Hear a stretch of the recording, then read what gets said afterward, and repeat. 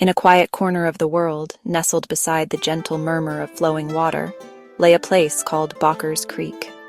This was no ordinary creek.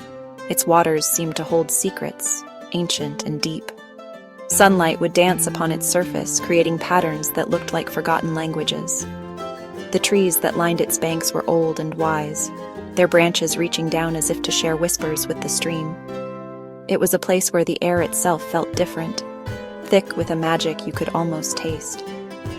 For the people who lived nearby, the creek was the heart of their world, a constant, comforting presence that shaped their days and dreams. It was a place where reality felt a little bit softer, and where anything felt possible. This magical place was home to a young girl named Magria. She had lived by Bocker's Creek her entire life, and its rhythms were as familiar to her as her own heartbeat.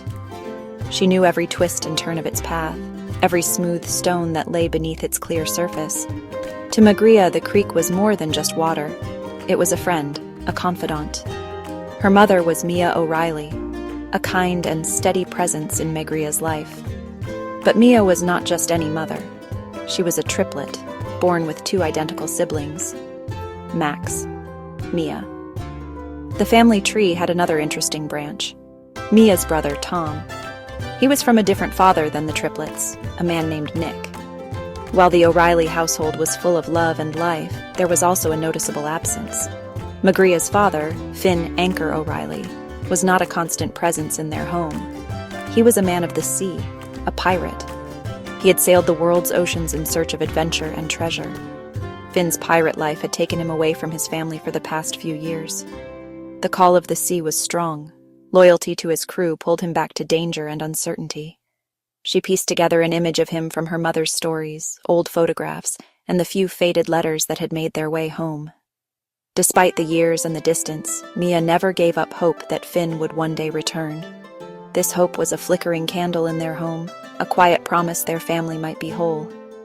Magria held that hope tightly, dreaming of the day her pirate father would come home. Magria often found herself walking along the banks of Bocker's Creek, her thoughts drifting out to the vast, unknown sea. Her father, Finn Anchor O'Reilly, was more of a legend than a memory to her now. She would sit by the creek, trailing her fingers in the cool water, and imagine his ship, the Sea Serpent, cresting over a massive wave under a sky full of unfamiliar stars. Sometimes Magria would find small trinkets he had sent home over the years, tucked away in a wooden chest in the attic. There was a smooth, pearlescent shell from a faraway beach, a tarnished silver coin with a strange crest, and a small, intricately carved wooden bird. She would hold these objects, turning them over and over in her hands, trying to feel a connection to him. Magria's days were woven with the threads of her relationships with her siblings. Their games were grand adventures, inspired by the tales of their father and the magic of their surroundings. The eldest, a sturdy and protective boy, often played the part of the brave knight Magria. With her deep connection to the creek and her vivid imagination, was the group's mystic and storyteller. Her younger siblings, full of boundless energy and mischief, were the fearless explorers and knowing glances that no one else could understand. One day, while playing hide-and-seek near the creek, Magria's youngest brother swore he saw the water glow with a soft, blue light for just a moment. Another time, while building a dam of rocks and mud, they were certain they heard faint music coming from beneath the surface. Far from the gentle murmurs of Bocker's Creek, a different kind of water churned and roared. The great, wide ocean was Finn Anchor O'Reilly's true home, and his ship, the Sea Serpent, was his kingdom. The wooden figurehead at its prow was a magnificent, snarling serpent, its painted eyes seeming to watch the waves with a life of their own. Finn stood at the helm, his hand steady on the wheel that had guided him through 100 storms. His crew was a motley collection of souls, each with their own reasons for leaving the land behind. Finn was on a quest driven by a promise made long ago, a quest that had kept him from his family for far too long. The sea held many secrets, and Finn was determined to uncover one that could change his family's destiny forever. One misty morning, as the sun struggled to break through a thick blanket of fog, a lookout's cry shattered the morning calm. The form that emerged from the mists was not a welcome sight. This was the flagship of Morgona, a ruthless and powerful pirate queen. Finn's hand tightened on the hilt of his sword. Finn O'Reilly, fancy meeting you all the way out here. What do you want, Morgana? She had threatened him and his crew, making it plain that she would stop at nothing and that his family back home was not beyond her reach. A young woman with a direct and painful connection to Morgana's world. Her name was Isabella Riaz, and the sister of a woman named Luna Moon. Isabella had been just a young girl herself when she first found refuge on Finn's ship, learning the ways of a pirate under Finn's protective watch. He saw her as a daughter. Isabella's past was deeply intertwined with the very forces Finn was trying to escape. Each crew member was a puzzle, a collection of stories and secrets that had led them to the Sea Serpent. As Morgana's ship lingered like a dark shadow on the horizon, these histories became more important than ever. One afternoon, while searching for flat stones to skip across the water, Magria found something unusual. Tucked beneath the gnarled root of an ancient willow tree, half buried in the damp earth, was a small, leather-bound book. The pages were filled with elegant, looping handwriting and strange symbols she had never seen before. Some pages had detailed drawings of plants that grew along the creek, but with notes about their magical properties. It was the journal of her great-grandmother, a guardian of Boker's Creek. Magria read about her great-grandmother calming a raging flood by finding her own inner peace at the water's edge. The final pages she could decipher held a warning. The journal spoke of shadow seekers. It warned of a sacred duty to keep the magic pure and hidden. Was he protecting them from a shadow seeker who knew about the magic of Boker's Creek? Timidly at first, she started to practice what she had learned from the journal. One afternoon, she found a small bird with a broken wing near the water's edge. With a trembling finger, she traced the intricate pattern in the soft mud. She focused all her energy, pouring her desire for the bird to be well into the symbol, as her great-grandmother had instructed. A soft, pale green light rose from the symbol in the mud. The light flowed like a gentle mist, wrapping the injured bird. Then the bird stirred. It flexed its wing. And then it took flight, soaring into the tree canopy. This success emboldened her. Strange events around the creek increased in frequency and intensity. The creek was alive and joyful. It wanted to play. And she was unaware of who might be watching from the shadows. The scent of fresh earth and river water was suddenly and inexplicably replaced by the sharp, briny smell of salt and tar. Instead, it hovered just above the surface, and for a fleeting moment the reflection in the water was not of the creek's grassy bank, but of a dark wooden ship deck. She saw the reflection of ropes, a mast, and the brief silhouette of a man who looked achingly like the faded photographs of her father. Late one night, as a storm raged outside, Magria was woken not by the sound of thunder, but by the faint, distant clang of a ship's bell, and the rough shouts of men battling a gale. She could have sworn she heard a voice, faint but clear, carried on the wind. Her father's voice shouting a command to his crew. It was as if her powerful emotions and the creek's amplified magic were creating ripples that could cross worlds. A tense standoff settled over the misty ocean. She paced her deck, whispering across the water. She painted riches and power that could tempt even the loyal. "She offers you chains of gold," he said, "but they are still chains. What we have here is freedom. Do not trade it for her empty promises. A captain's plea to hold the line and weather this storm of whispers." "Josefina," she called, her voice laced with a knowing, venomous sweetness. "Still pretending to be a common sailor?" Her secret, the one she had guarded so fiercely for years, was laid bare for all to hear.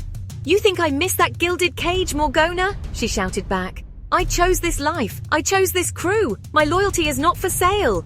"So be it," she snarled. "If you will not give me what I want, I will take it by force." The clash of steel echoed across the water as the two crews finally met in a brutal, desperate battle for survival. She saw her father, Finn, his face grim, locked in a sword fight with a hulking pirate on the deck of his ship.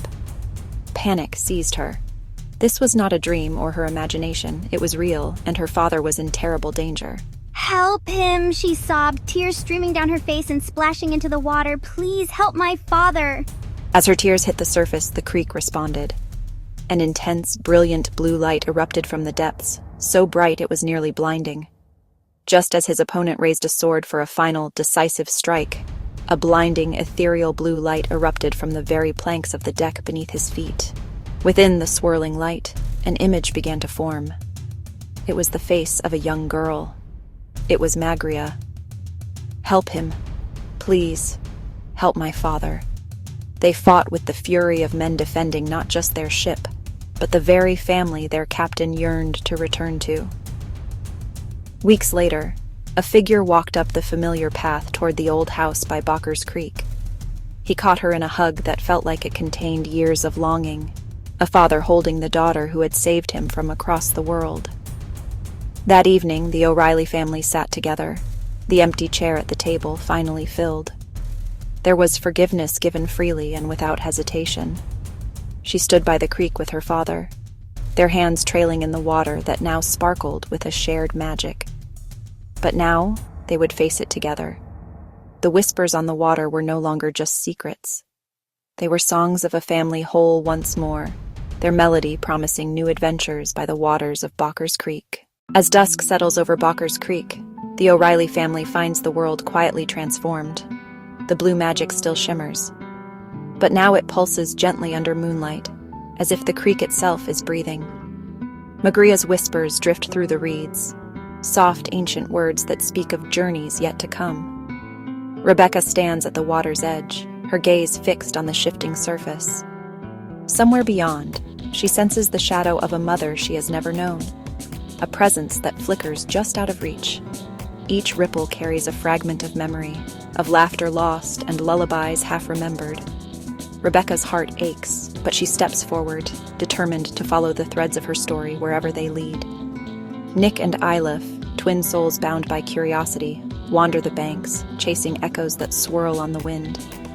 Each gust seems to reveal a new path, a trail of footprints in the sand, a half-buried trinket, a sudden, haunting melody. The boys race after these clues, their laughter echoing back as bravely as it does in dreams. Magria's voice grows stronger, weaving their hopes and fears into a tapestry of possibility. She tells them of places where the creek meets the sea, of hidden coves and forgotten covenants, of family lost and found across the sands of time. The O'Reillys listen, their hands entwined, ready to journey together into stories still unfolding. In the gentle hush of night, the whispers become a promise, that even when paths vanish and shadows fall, they are never truly alone. Their family, by blood and by choice, will walk the whispering paths, guided by magic, memory, and the courage to seek what was once lost. In the stillness beyond the creek, the world blurs and bends. Shadows stretch, folding time like pages in a well-worn book. Rebecca, Nick, Eilif. Their fingers brush the ancient medallion Magria left behind. A tremor of blue light. The ground shifts beneath them. Their feet touch cobblestones slick with rain. City lights flicker overhead. They are not alone. Figures emerge. A boy with desert sand in his hair. A girl whose laughter shimmers like glass. Others, time benders, drawn from distant corners of history. Faces are strangers. Eyes hold the same searching hope. Together they move. Bustling markets, silent ruins, endless dunes. Old magic stirs beneath the sand. Witches in shadowed cloaks whisper warnings. Words twist in the wind. The ground ripples, reshaping with every secret uncovered. Chaos mounts. The O'Reillys and their newfound allies decipher ancient riddles and forgotten vows. Each step binds their fates closer. Their courage is tested by visions of what was and what could yet be. In the heart of the storm, Rebecca finds her voice, her question rising above the noise. Who are we, if not the sum of every story, every choice? The world quiets. Time seems to listen. In the hush, answers resound, not as certainty, but as hope. The time benders, united at last, walk onward. Whatever waits beyond the next turn, they will face it together. The world shifts once more. Cobblestones give way to dusty streets beneath a blazing sun. Rebecca, her friends find themselves in a western town. Time feels tangled and the air crackles with tension. A figure moves atop the wooden walkway, arty blades glinting in the half-light, a whisper of ancient skill. She weaves between shadows, magic cloaked in secrecy, eyes sharp beneath her hat. Townsfolk watch behind saloon doors, sensing a power they cannot name. Suddenly, Paris at midnight reign in silver sheets. A man in a long cloak leans under a lamplight, face hidden, unsettling the city's rhythm. Rebecca Nick follow. Heartbeats quicken, he melts into the mist. Back in the western night, the air shivers. Colette alone in the alley's gloom. A tremor runs through her, the first shift. Her form blurs, fear and wonder on her face she transforms. For a heartbeat she is not herself, then trembling she returns, changed forever. Artie steps from the shadows, voice low. Magic hides in many skins. Tonight none of us are what we seem. The O'Reillys, their allies, gather in the moonlit street, secrets unveiled between worlds. For the first time, each mask is lowered, every truth revealed. As dawn breaks, the time-benders stand together, no longer just travelers through history, a family forged by shared mysteries. The ocean stretches endless and cold, its surface a mirror for the secrets Miranda keeps. Alone at the water's edge, she gazes into the rolling waves, her reflection fractured by memory and regret. The salt wind carries whispers of a sister lost, of promises broken beneath starlit skies. A shadow flickers at Miranda's side. Rebecca appears, silent, the distance between them wide as the sea itself. For a moment, words hang unspoken, heavy with all that's been left unsaid. Miranda clutches an old compass, its needle spinning wildly, caught between past and future. Nick, Colette, Artie, each marked by their own scars, each changed by the journey.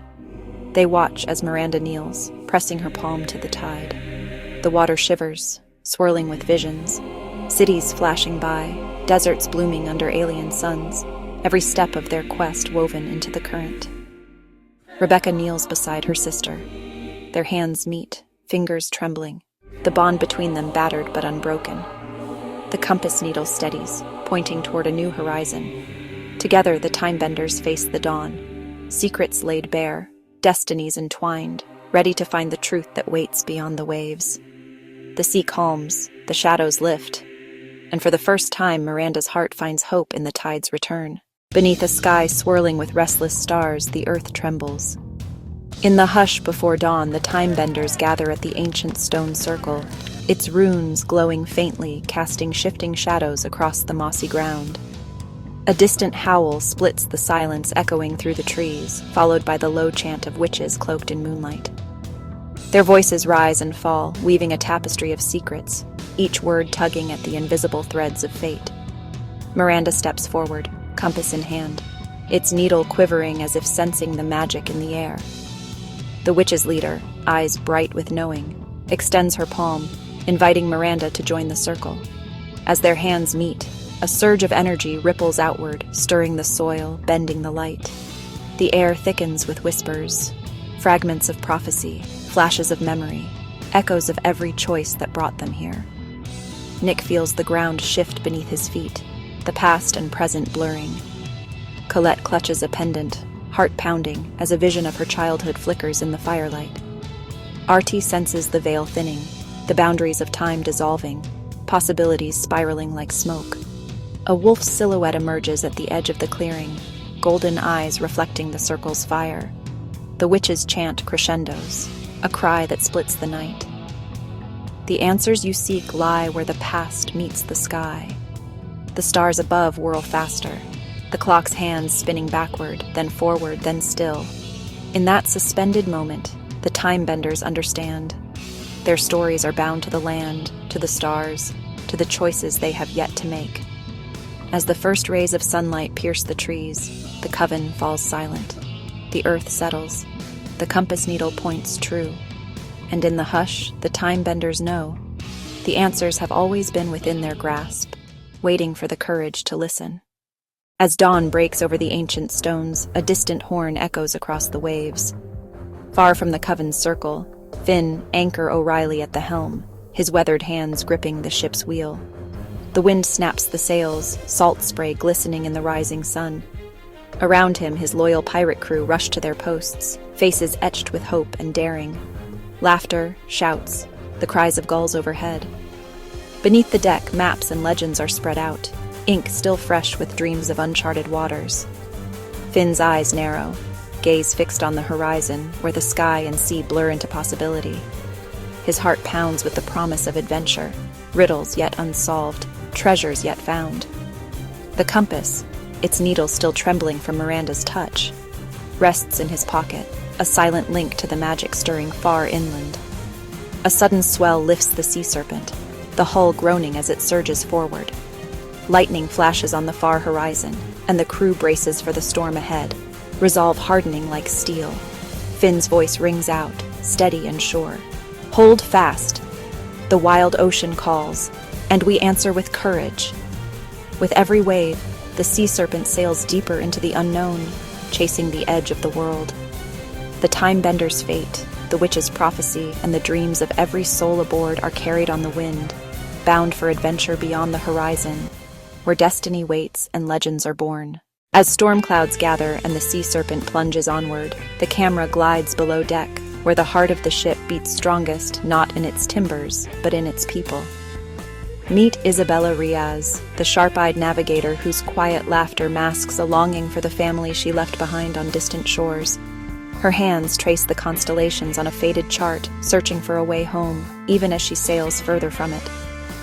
Near the galley, Franklin polishes a brass spyglass, his broad shoulders hunched in thought. Once a scholar, now a pirate, he keeps a secret journal hidden in his coat, a record of the myths he hopes to prove true, and the redemption he quietly seeks. Killian, the quartermaster, stands watch at the gunwale, his silhouette framed by lightning.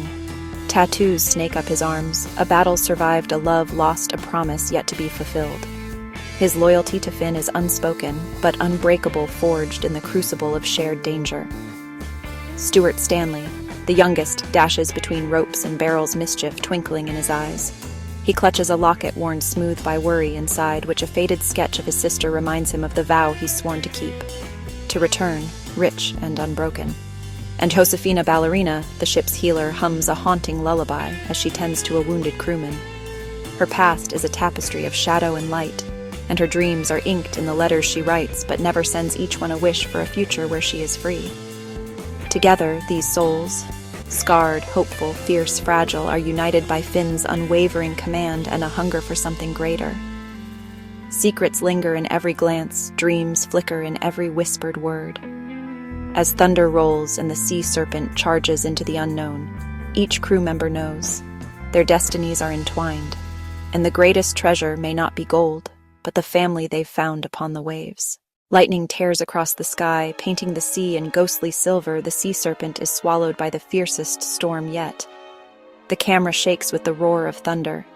Rain lashes the deck, sails snap like wounded birds, waves tower above, hungry and wild. Below deck, Isabella's steady hands tremble over her chart. "We're off course!" she shouts, voice barely cutting through the storm's rage. Franklin clings to the mast, his journal forgotten as he barks orders to secure the rigging. Killian's shout rises above the chaos, rallying the crew to hold the line, his loyalty to Finn a beacon in the tempest. Stuart, soaked and shivering, slips, but Josefina catches him. Her calming touch steady, she binds a bleeding palm. "We'll see dawn together," she promises, her lullaby now a battle cry. On the helm, Finn's knuckles whiten around the wheel. The storm's fury is relentless, but deeper still is the fear of losing his found family. Suddenly, a monstrous wave rears ahead, an impossible wall of water. Time slows. Finn glances at his crew. Isabella's hope, Franklin's quiet faith, Killian's trust, Stuart's innocence, Josefina's compassion, all shining in the storm's darkness. The only way through is into the heart of the maelstrom. Finn's voice is steel. "Hard to starboard, hold fast." The crew responds as one, each trusting Finn with their lives. The sea serpent lurches, wood groaning, but together they ride the crest, defying the sea's wrath. As the storm breaks, dawn bleeds across the horizon. The battered ship floats in calm. The crew, exhausted, drenched but alive, gathers around Finn. In that silent moment they know something has changed. The storm has stripped them bare, and what remains is unbreakable. Finn looks to the sunrise, his decision echoing in every heart. Their fate is not chained to the past, but forged together, here, in the aftermath of the storm. As golden light spills across a mirror-still sea, the battered sea serpent limps forward, sails patched and spirits tentative. Suddenly, mist unfurls ahead, swirling, silver and strange. Emerging from the haze, an island rises, crowned with twisted trees and black stone cliffs that gleam like obsidian. The crew gathers at the rail, awe and unease mingling in their eyes. Isabella studies her map, voice hushed. This isle wasn't here before. Some say it appears only to those who've survived the maelstrom. Finn exchanges a wary glance with Killian, who fingers the hilt of his blade, gaze fixed on the shadowy shore. Franklin scribbles furiously, heart pounding with the promise of secrets and stories yet unwritten. As the sea serpent anchors in a moonlit cove, the island seems to breathe. Low whispers curl through the air, barely more than wind. Josefina grips Stuart's hand, her voice trembling with both fear and hope. Legends say the heart of the island holds a power that can heal or destroy. Stuart's eyes widen, curiosity battling caution. The crew steps ashore, boots sinking into black sand. Strange runes pulse faintly beneath their feet, and the jungle ahead rustles with unseen life. Every shadow stretches too long, every tree seems to watch. A distant bell tolls, faint, echoing, impossible. The left path, veiled in fog. The center path, veiled in fog. The right path, veiled in fog. Finn draws a steady breath, rallying his crew. We face this together. No greed, no secrets, only trust. As they choose their path, the island's magic stirs. Ancient eyes open in the darkness, watching, waiting. The sea serpent's crew steps into the unknown, hearts pounding, destinies entwined. For on the Isle of Echoes, every desire is tested, and every shadow has a price. As dawn breaks over the Isle of Echoes, the sea serpent's crew finds themselves not alone. Dark sails appear on the horizon. The infamous Black Gull and its ruthless captain, Mara Voss, drawn by whispers of the island's power. The rival pirates land, blades flashing and eyes hungry, ready to claim the magic for themselves. Finn signals his crew, urgency and unity in his voice. We can't let them near Bakker's Creek, not while its magic breathes. Together they race through tangled jungle, following the ancient runes that pulse brighter with each step. The air thickens with tension. Josefina deciphers strange carvings. Franklin pieces together fragments of an old riddle. The heart unlocks where trust is spoken, and secrets shared are never broken. Suddenly, a trap springs. Vines ensnare Finn, vines ensnare Mara, forcing enemies to cooperate or fall. With wary glances, they solve the puzzle together, learning that only honesty and sacrifice can move the path forward. Stuart Isabella must outwit illusions that prey on their deepest fears, while Killian duels a shadowy figure, his own doubts made flesh. At last, the two crews converge at Bakker's Creek's source, its waters shimmering with ancient magic. Mara lunges for the prize, but Finn steps between her and the creek, offering peace instead of battle. This magic isn't meant for one. It's meant for all who protect it. For a heartbeat, silence reigns. Then, Mara relents, lowering her weapon, her hardened mask cracking. Side by side, they guard the creek as its magic pulses, weaving through the roots and stones, healing wounds, mending hearts, binding the two crews together. Laughter and tears mingle as old rivalries fade, replaced by newfound respect and friendship. As the sun sets, Finn gazes at his friends, and even his former foes, knowing their lives are forever changed. The Isle of Echoes fades into mist behind them, but the bonds forged and the magic kept safe will echo in their hearts for a lifetime. As twilight glimmers over the quiet creek, the celebrations hush when a cloaked figure steps from the shadows. The crew turns, wary. Isabella freezes, eyes wide with shock. The stranger's gaze settles on her, intense, strangely familiar. A hush falls as the figure speaks, voice trembling with secrets long kept. You've come far, Isabella. But do you truly know who you are? Or the legacy you carry? Isabella's heart pounds. She leans forward. Suspicion. Hope. Who are you? And how do you know about me and my brother? The The stranger lowers their hood. Features mirror Isabella's. Gasps ripple through the group. I am Lysander, your brother. Taken by the storm. Lost to the shadows. But never truly gone. Isabella staggers back, disbelief, longing. Memories flood her, childhood laughter, a hand reaching for hers in the dark, a promise beneath the old willow tree. Tears brim in her eyes. Lysander steps closer, voice thick with emotion. I've watched over you, Isabella. The magic of Bocker's Creek called me back. Not as a foe, but as family. Our destinies are bound to this place, and to each other. A stunned silence, joy, tears, the siblings' embrace. Truth mends wounds deeper than any blade. The crew gathers around, offering comfort, offering awe. The magic of the creek glows brighter, celebrating their reunion. In the gentle dusk, Isabella's world feels whole again. Secrets spill into the open.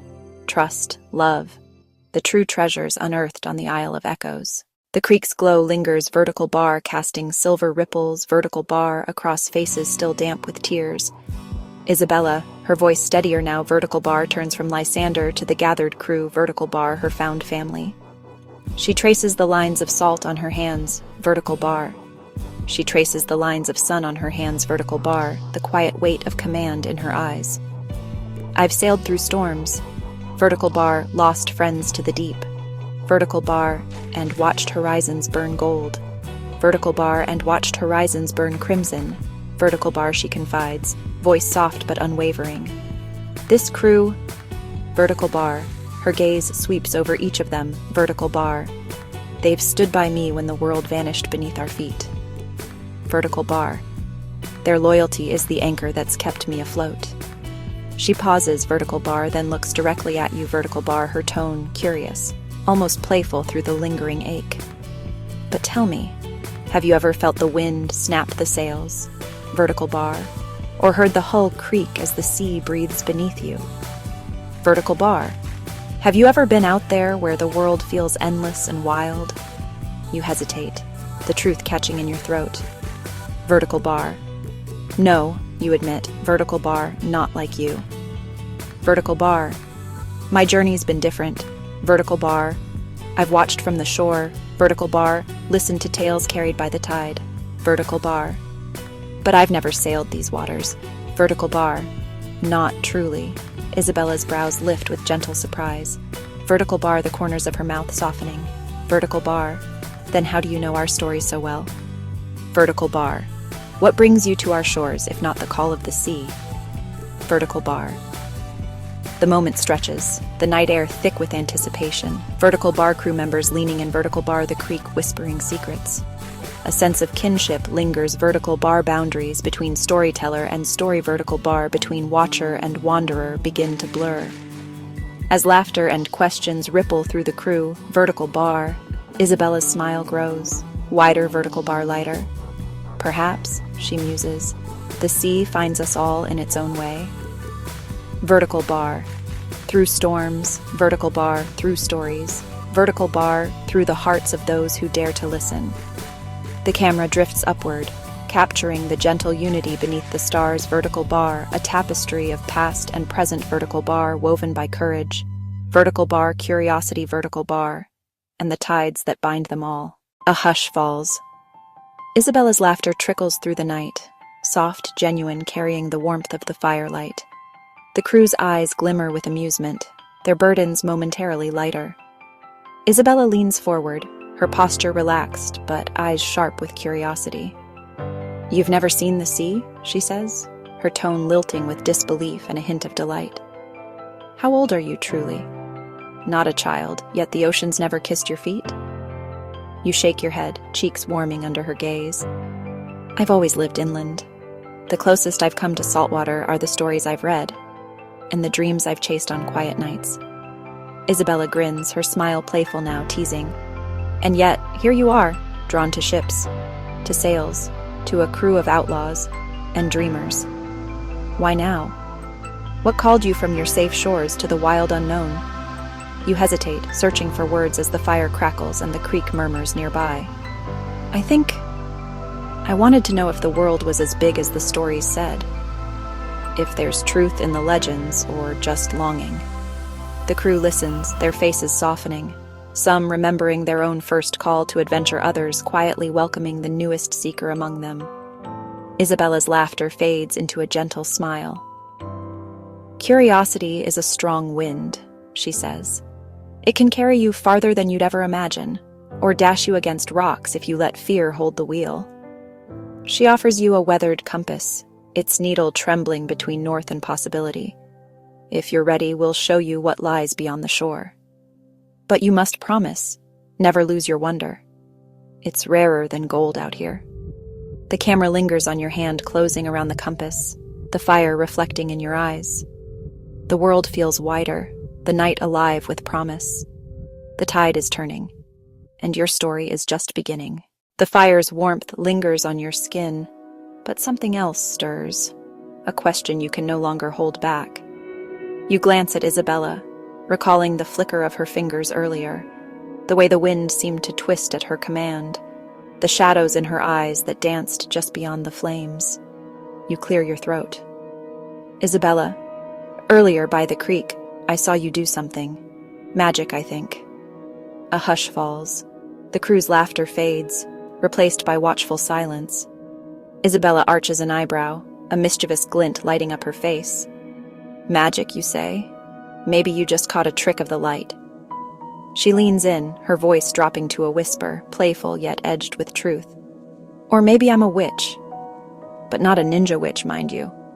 Just quick on my feet, and quicker with a story." There's a ripple of chuckles from the crew, but your gaze holds steady. "No, I know what I saw. And I've heard stories about witches, about Artie, especially." At the mention of that name, Isabella's expression shifts. Surprise flashes in her eyes, her playful mask slipping for a heartbeat. "Artie? How do you know her?" You hesitate, the weight of secrets pressing between you. I met her. Or maybe just her shadow. She helped me, I think. She told me to trust my curiosity even when it led me into trouble." Isabella's lips curve into a thoughtful smile, a mix of relief and intrigue. "So, you've wandered further than I guessed." She glances at the fire, embers catching in her gaze. "Artie's name isn't spoken lightly out here. If she's watching over you, then you're tangled in bigger tides than most." The crew exchanges glances, some wary, others impressed. Isabella leans closer, her voice soft but sure. "Keep your secrets close, and your questions closer. Out here, magic is as real as the wind, and twice as wild. If you're meant to cross paths with Artie again, you'll need all the wonder you can muster." The fire crackles, shadows lengthen, and the night feels charged with new possibilities. You clutch the compass tighter, curiosity blazing brighter than ever. The journey is far from over, and the magic is only just beginning. The firelight flickers, casting long shadows as you gather your courage. The crew's eyes linger on you, curiosity mingling with the night air. You clear your throat, feeling the weight of the moment. "There's something else," you begin, your voice barely more than a whisper. "It's not just Artie. I'm connected to the Timebenders." A hush falls over the circle. Even the wind seems to pause. Isabella's eyes widen. "The Timebenders?" she echoes. "You've been among them? You know what they're capable of?" You nod slowly, memories swirling, clocks spinning backward, whispers in forgotten languages, choices that bent reality. "I didn't mean to get involved, but they found me. Or maybe I found them." "I think Artie wanted it that way." Isabella leans in, her gaze searching yours for truth. "You realize what that means, don't you? The Timebenders are more than a myth. They meddle with the current of everything. People fear them for a reason. Their power, it changes more than just moments. It rewrites destinies." You swallow, feeling the gravity of her words settle around you. "I don't know what they want from me. But Artie said my curiosity could change things, that I had a part to play." The crew murmurs, a ripple of unease and awe. Isabella's expression softens, yet her wariness remains. "Be careful," she warns gently. "Curiosity is a gift. But with the Timebenders, it can become a curse. Their goals aren't always clear, and their enemies are everywhere. She glances at the compass in your hand. If you're tied to them, your journey will get stranger from here. But maybe, just maybe, you're exactly where you're meant to be. The fire crackles again, casting hope, casting warning. The path ahead shimmers with possibility, and the choices you make now will echo far beyond the tide. The campfire's glow softens, shadows flickering as you meet Isabella's searching gaze. You draw a breath, feeling the weight of secrets pressing against your chest. There are 5 of them, you say quietly. The Timebenders. Elias, the Keeper. Mira, the Weaver. Old Fen, the Archivist. Sable, the Lost. Artie, the Catalyst. The crew leans in, Isabella's brow furrows. Elias? Mira? I thought they were stories. Not real people with power over fate. You nod. They're real. They're not just bending time for themselves. They say they protect the balance. But I've seen what they can do. How easily they rewrite what's meant to be. Isabella's eyes dart toward the compass, fear flickering in their depths. With that kind of power, are they truly good? Or have they just convinced themselves they are? You hesitate, remembering the faces behind the names, their kindnesses, their secrets, the way their choices ripple outward, unseen. Before you can answer, Isabella's voice sharpens. And the Order of the Dragon, did you meet them too? The name sends a chill through the circle.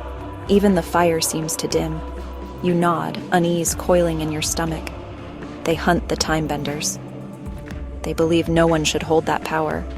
They'll do anything to stop them, even if it means tearing the world apart. A heavy silence settles. Isabella's concern is plain. We're caught between forces bigger than we ever imagined, she says softly. We have to decide if we trust the Timebenders or if we run before the Order finds us. For a moment, the only sound is the crackle of the flames. The choices ahead feel heavier than ever, with every name echoing in the night. The future, you realize, is not just a path, it's a question, and you hold the answer in your hands. The fire dwindles, its embers casting long, uncertain shadows. Isabella's eyes gleam with curiosity as she leans closer, her voice a low whisper. But what about Miss Colette and Celine? I've seen the way they watch each other, like 2 storms circling the same sea. What's between them? And how do you know so much? You hesitate, the memories sharp and tangled. Miss Colette and Celine were once allies, sisters in purpose, if not in blood. They both sought the hourglass, but for different reasons. Colette believed in guiding fate gently, giving people choices. Celine, she saw fate as a chain to be broken. Their rivalry grew fierce. Every spell, every secret became a battleground. The flames flare, as if echoing the tension. When the Order of the Dragon rose, they demanded loyalty. Celine saw opportunity. Colette saw danger. That's when the split happened. Now, the Order hunts anyone with power. And Celine, well, she's made her own bargains. Isabella's gaze sharpens, her questions tumbling out. So which side is Colette on? And how do you know all this? You glance at the hourglass, its sands slipping quietly through time. I was there once, astray in their shadow. I saw the oath they swore, the promise to never let power corrupt their hearts. But promises break. And now, the Order's hunt is relentless. They want to erase the Timebenders, erase us if we stand in their way. A hush falls. Isabella's voice is barely a breath. If we're caught between Colette, Celine, and the Order, what hope do we have? You meet her gaze, steady now. Hope isn't given. It's made, choice by choice, even in the face of old rivals and ancient dangers. We decide what's worth fighting for, and together we might just tip the scales. The night presses in, thick with secrets and the promise of dawn. The rival's oath echoes in your memory, a warning and perhaps a path forward. The embers glow softly now, their warmth a gentle memory in the cool night air. You sense a change in Isabella, a wistful smile tugging at her lips, her eyes reflecting not just the fire but distant golden days. She draws her knees to her chest, her voice lighter as she shifts the story. You know, before the magic and the storms, before I was a rival or a fugitive, I was simply their nanny. The Blackwood girls, Eliza, Amelia, were my world. Pirates called me witch, the crew called me nanny, but to those girls I was just Bella. A soft laugh escapes her. Eliza was always the bold one, climbing rigging, stealing the captain's hat, declaring herself queen of the tides. And Amelia? She could charm a sea serpent with a single smile. The Blackwoods let me be more than I ever thought I could. A protector, a teacher, sometimes a conspirator in midnight mischief. She glances at you, her tone inviting. Ask me anything. About the girls, the Blackwood family, or what it's like to mend torn sails and broken hearts at the same time. There's so much more than curses and covens. There's laughter, too. There's hope. The fire crackles, and for a moment, the weight of rivalry and danger lifts. You realize that behind every legend, every oath, there are stories of kindness, of ordinary moments that shape the bravest souls. Tonight, Isabella isn't just a witch or a pirate. She's a keeper of memories, offering you a glimpse of the love that still guides her through the darkness. What will you ask her next? The fire's glow dances in Isabella's eyes, as you quietly recount a detail only someone close to the Blackwood family might know. A memory of Lord Elias's laughter echoing down the grand hallway, or the way Thomas would whistle a sea shanty at dawn. Isabella's gaze sharpens, her surprise softened by admiration. "How do you know so much about us?" she asks, her voice barely above a whisper, as if afraid the night itself might overhear. The shadows flicker, and for a heartbeat, the burdens of secrecy and suspicion are replaced by genuine curiosity. She leans closer, her tone turning earnest. Most only see the Blackwoods as legends or cautionary tales, but you remember the people. The arguments over supper, the secret notes tucked in books, the laughter after storms. Isabella's expression grows somber as she continues. After Thomas, after the accident, everything changed. The house grew quieter, colder. Lord Elias tried to hold us together, but grief, it's a tide that pulls even the strongest under. His death left wounds no magic could heal. The fire crackles, illuminating the pain and pride entwined in her features. That's why I stayed, even when the world called me traitor or witch. The girls needed someone to remember the good, to carry the stories that storms and shadows can't steal. She looks at you, her voice trembling with hope. Maybe that's what matters in the end. Not the curses, not the rivalries, but the love that survives them. Thank you for remembering. The night deepens, and for a moment the past feels close enough to touch. A legacy not of power but of connection, echoing through every whispered tale and every heart still brave enough to remember. The night air is thick with the scent of pine and old secrets. You lean back, letting the firelight flicker across your face. With a wry smile, you reveal your secret, your knack for uncovering truths, your detective's intuition, and with a playful wink, the ability to vanish when the moment demands it. Isabella's eyes widen in surprise, then narrow with delighted mischief. A laugh escapes her, light and genuine. So that's how you always seem to know what no one else dares to say. And here I thought it was just intuition. She leans in, voice low, conspiratorial. You know, you're not the only one who knows how to slip through shadows. I spent years moving unseen, listening, learning, protecting the girls, carrying messages for Finn, even trading secrets with Magria when the tides demanded it. The fire crackles as the two of you piece together the tangled web that binds everyone to Balkers Creek and beyond. Finn, the steadfast ally, Magria, shrouded in mystery but bound by loyalty. The silent glances exchanged in crowded taverns, the coded notes hidden in plain sight. Isabella grins, her admiration clear. It's funny, isn't it? How the people who work in the shadows are often the ones holding everything together. Maybe it takes a detective and a witch to see the whole picture. She extends her hand in mutual respect, a silent oath to keep searching for the truth, no matter how many shadows stand in the way. As the fire burns low, the invisible threads connecting every secret, every act of bravery, and every hidden kindness become suddenly clear. Together, you realize that even in a world of magic and old grudges, it's those who walk unseen who shape the fate of all. The night grows quiet. A new alliance has been forged, one built on trust, skill, and the courage to stand in the shadows, unseen but never alone. The dawn breaks softly over Bokar's Creek, painting the horizon in hues of gold and rose. On the weathered docks, Magria stands alone, heart pounding in anticipation. Footsteps echo behind her, steady, familiar, like the rhythm of tides she's always felt but never seen. She turns. There he is, Finn Anchor O'Reilly, her father, the legend, the myth, the man she's only known through whispered tales and half-remembered lullabies. For a moment, time stands still. Then without words, they close the distance, arms wrapping around each other, laughter and tears blurring the years apart. The roughness of Finn's calloused hands and the salt of Magria's silent tears say everything words cannot. Finn kneels, his voice trembling like a ship braving a storm. I've sailed every sea, chased every horizon, always hoping I'd find my way back to you. Magria smiles through her tears, her heart finally anchoring. And I waited, every night, listening for your stories in the wind. They sit on the edge of the dock, feet dangling above the gentle waves. Monstrous storms, hidden coves, the friends he left behind. He speaks of sacrifices, of choices made to keep his family safe, even when the price was his own happiness. Magria listens, rapt, laughter bubbling up as Finn recounts his clumsiest adventures. She sees herself in his courage, his stubbornness, and the fierce love in his eyes. As the sun climbs higher, father and daughter weave together the frayed threads of their past. The sea, once a barrier, now becomes the bridge that brings them home.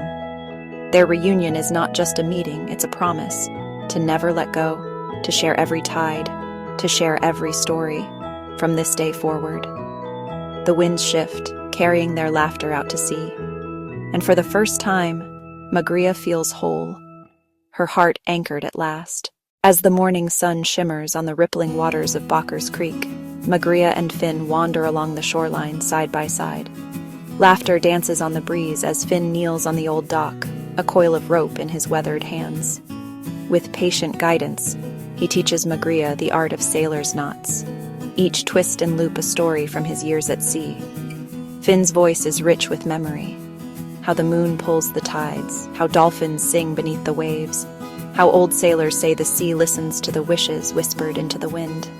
Magria's eyes widen with wonder, her hands clumsy but eager as she mimics his movements, tying knots that hold strong even as the current tugs at the dock. They pause to skip stones, their laughter echoing across the water. Between lessons, Finn shares tales of storms survived and midnight skies painted with starlight. Magria, in turn, opens her heart, sharing childhood dreams, fears, and the ache of missing a father she'd only met in stories. As the sun arcs overhead, a gentle silence settles between them, filled with unspoken understanding. In this quiet, they see themselves reflected in each other, stubborn, brave, and forever bound to the sea.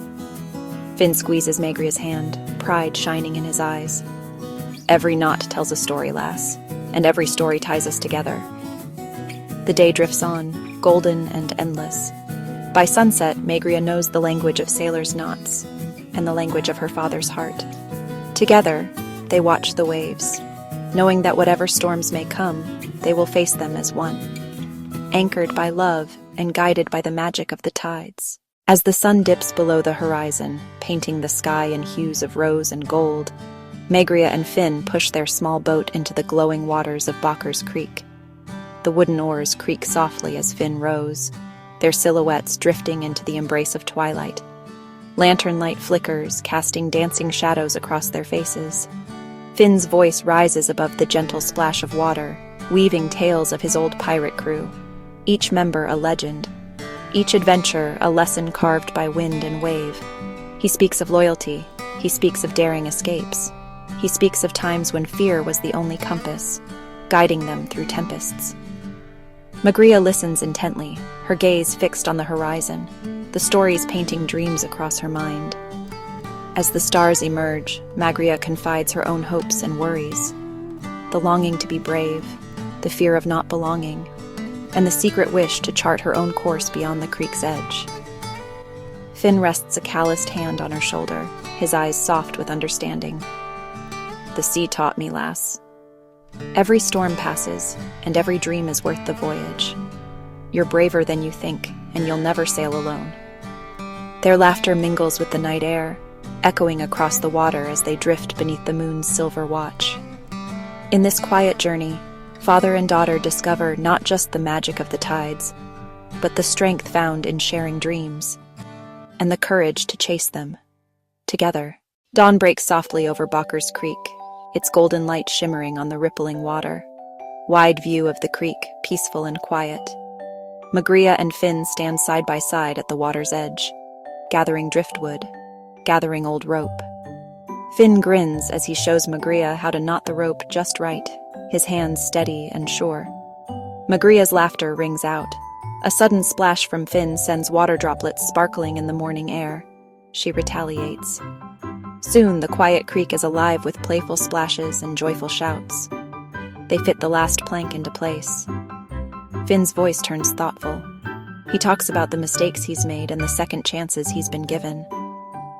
Family isn't just who you're born to. It's who you choose to stand by, no matter what storms come. Magria nods, her eyes bright with understanding. She shares her own regrets and fears, confessing the times she's felt lost or unsure. Sitting together on their finished raft, the water rocking gently beneath them, they reflect on forgiveness, of others and of themselves.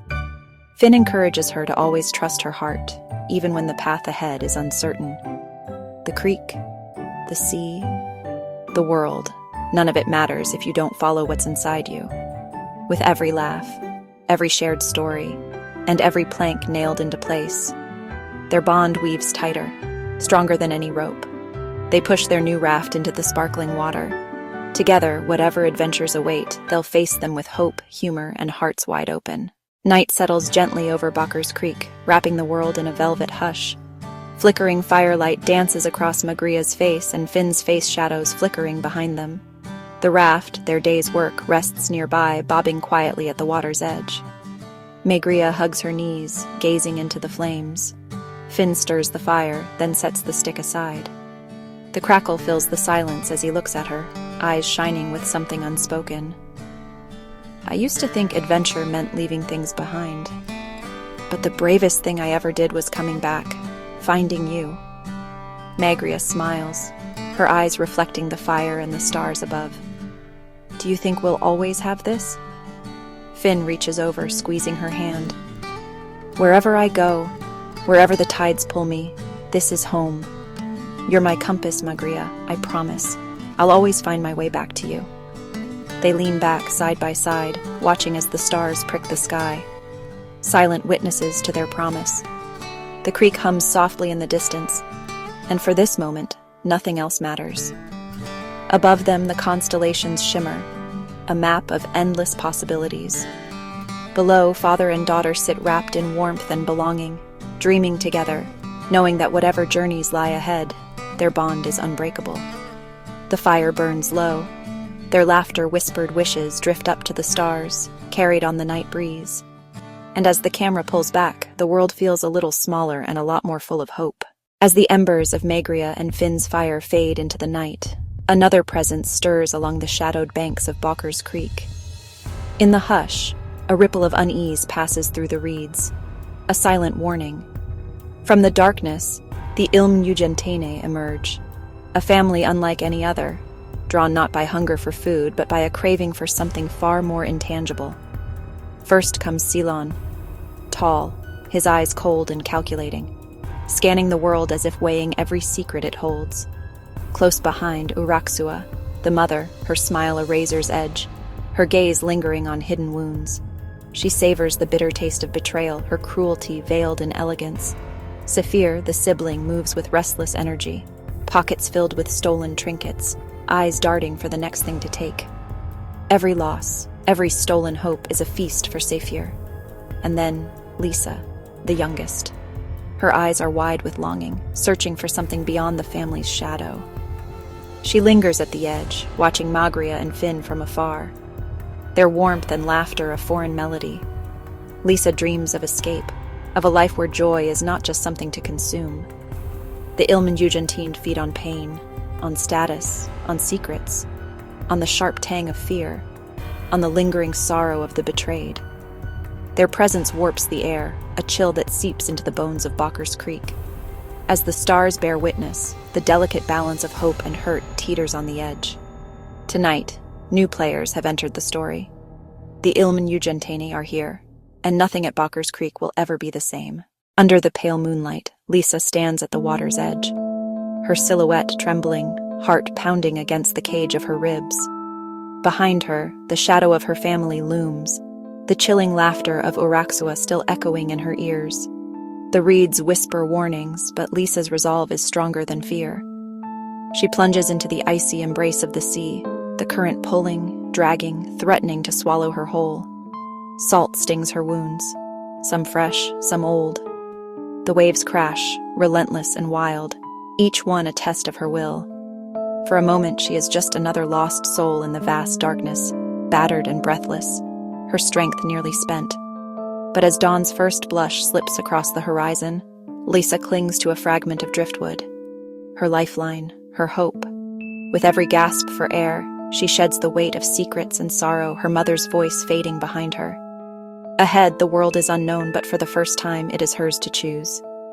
Lisa's escape is not just a flight from cruelty, but a leap toward possibility. Out on the open sea, she is battered but unbroken. A spark of courage carried by the tide, searching for a shore where she can finally belong. As the golden light of morning breaks across the restless waves, Lisa's grasp on the driftwood weakens. Her eyelids flutter, exhaustion threatening to pull her under. But then, distant voices, urgent and unfamiliar, cut through the hush of the sea. A shadow looms above her, the silhouette of Finn's ship, sails snapping in the wind. Finn himself leans over the rail, eyes sharp, calling for the crew. Isabella throws a rope. Magria steadies the line. Neve, swift and sure, plunges into the water, swimming toward Lisa's side. Gentle hands lift her from the cold, cradling her shivering form. Blankets are wrapped around her shoulders. Isabella's voice is soft, promising safety. Magria's steady presence is a silent comfort. Neve offers a warm cup, her smile breaking through the storm inside Lisa's heart. As Finn kneels beside her, offering reassurance, Lisa's tears fall, this time not from fear, but from the overwhelming kindness surrounding her. For the first time in so long, she is not alone. The pirate crew, once feared by many, are her rescuers, her unexpected family on the open sea. Together they sail toward the horizon, the promise of new beginnings glimmering on the water. Lisa's journey is far from over, but with Finn, Isabella, Magria, Neve, and the crew by her side, hope at last shines brighter than the tide. As the ship cuts through the morning mist, Lisa drifts between waking and dreaming. Waking, dreaming. The warmth of the blankets cocoons her, but the ache in her heart lingers. Suddenly, a soft glow fills the cabin, a light unlike any lantern or sunbeam. Lantern, sunbeam. Two figures emerge from the shimmer. Celeste, the angel of compassion, kneels beside Lisa, her presence a balm against every hurt. Gentle hands brush Lisa's brow and a wave of peace washes over her, soothing pain that runs deeper than any wound. Uriel, her gentle companion, stands watchful and calm, his voice a whisper of comfort in the hush. Celeste's words are like a lullaby. You are safe now, Lisa. The shadows of your past cannot reach you here. Trust in those who have saved you. Trust in yourself. Uriel's touch is cool and healing, mending bruises and easing the trembling in Lisa's limbs. For a moment, time seems to pause. The angel's light mingles with the golden sunrise streaming through the porthole, casting hope into every corner of the room. Lisa's breathing slows. Her fears, once sharp and unyielding, soften under the angel's care. As the glow fades, Celeste and Uriel leave a lingering warmth, a promise that she is never alone, not in the darkest storm nor the brightest dawn. Lisa opens her eyes to the gentle faces of Finn, Isabella, Magria, Neve. The angel's message lingers in her heart. Trust, heal, and let love in. Outside, the sea sparkles with possibility. Inside, Lisa's spirit, once battered by the tides, begins to mend. The dawn breaks in shimmering gold. The ship glides over calm waters. Angel's visit lingers in the hush. Lisa sits on deck, wrapped in a soft shawl, her eyes reflecting the promise of a new day. Finn stands beside her, his presence a silent pledge. Isabella Magria Neve. Isabella offers a quiet smile. Magria offers a reassuring touch. Neve offers a whispered word of encouragement. The angel's warmth lingers. Celeste's compassion, Uriel's serenity. Lisa breathes in the salty breeze, the ache in her heart eases, a spark of hope. Finn's voice breaks the silence. No more running, Lisa, not alone. We're with you. Isabella's hand finds Lisa's. Magria nods, Neve nods. They form a circle, hands joined. The sky stretches wide with possibility. The sea whispers of journeys yet to come. Sunlight dances on the waves. Lisa closes her eyes and lets herself believe. Second chances the strength she carries, the family she's found. Bonds grow stronger, forged by compassion, courage, and unbreakable promise. Whatever storms may come, they will face them together. A new beginning dawns for Lisa, for every soul on board. Hearts mending, hopes rising with the morning tide. As the sun climbs higher, a hush falls across the deck. The crew's quiet joy is interrupted by the distant cry of a seabird and the shimmer of light on the horizon. Two figures emerge from the mist, Caspian and Isolde, Lysander's long-lost parents. Caspian, Isolde. Their silhouettes are regal, cloaked in robes woven with symbols of ancient magic, eyes bright with knowledge and longing. Lisa rises, heart pounding as the couple approaches. Caspian's gaze is steady, carrying the weight of old secrets and unspoken promises. Isolde's presence radiates warmth and quiet power. Her hand rests gently on Lisa's shoulder, a silent blessing. You have walked paths we once feared to tread, Lisa. The magic of Bakkers Creek runs in your veins. Our legacy is yours to claim. We left to protect you from a darkness that threatened all we loved. But the time has come to share the truth about your gift and the world that waits beneath the surface. A hush falls as the crew gathers around, drawn by the gravity of the moment. Caspian and Isolde reveal a weathered map, etched with ancient runes and shifting rivers, a key to the hidden heart of Bakkers Creek. Magria's eyes widen in awe. Finn leans closer, curiosity burning. Isabella. Neve. Lisa's breath catches as she realizes this is more than a homecoming. It's the beginning of a new chapter, where mystery and magic entwine. The legacy of Bakkers Creek awakens, reaching out to Lisa and all who stand beside her. Together they step forward, ready to uncover the secrets that will shape their destiny. As the crew gathers around the ancient map, a sudden hush falls. The wind stirs, carrying a faint melodic whisper. Seraphina Moon steps forward, her eyes shimmering with memories and something unspoken. Caspian turns. Isolde turns. There is more to this legacy than you know, Lisa. More than even you, Caspian, or you, Isolde, have dared to remember. She lifts a silver locket from her neck, revealing the same rune etched on the map, an emblem of the Moonblood line. Isolde's hand trembles as she reaches for the locket. Seraphina, you are my sister, the one lost to the sea, the one who vanished when the darkness first crept across our shores. Caspian's eyes fill with tears he can no longer hold back. We thought you were gone forever, that the magic had claimed you. Seraphina smiles, bittersweet and radiant. The magic never claimed me. It changed me.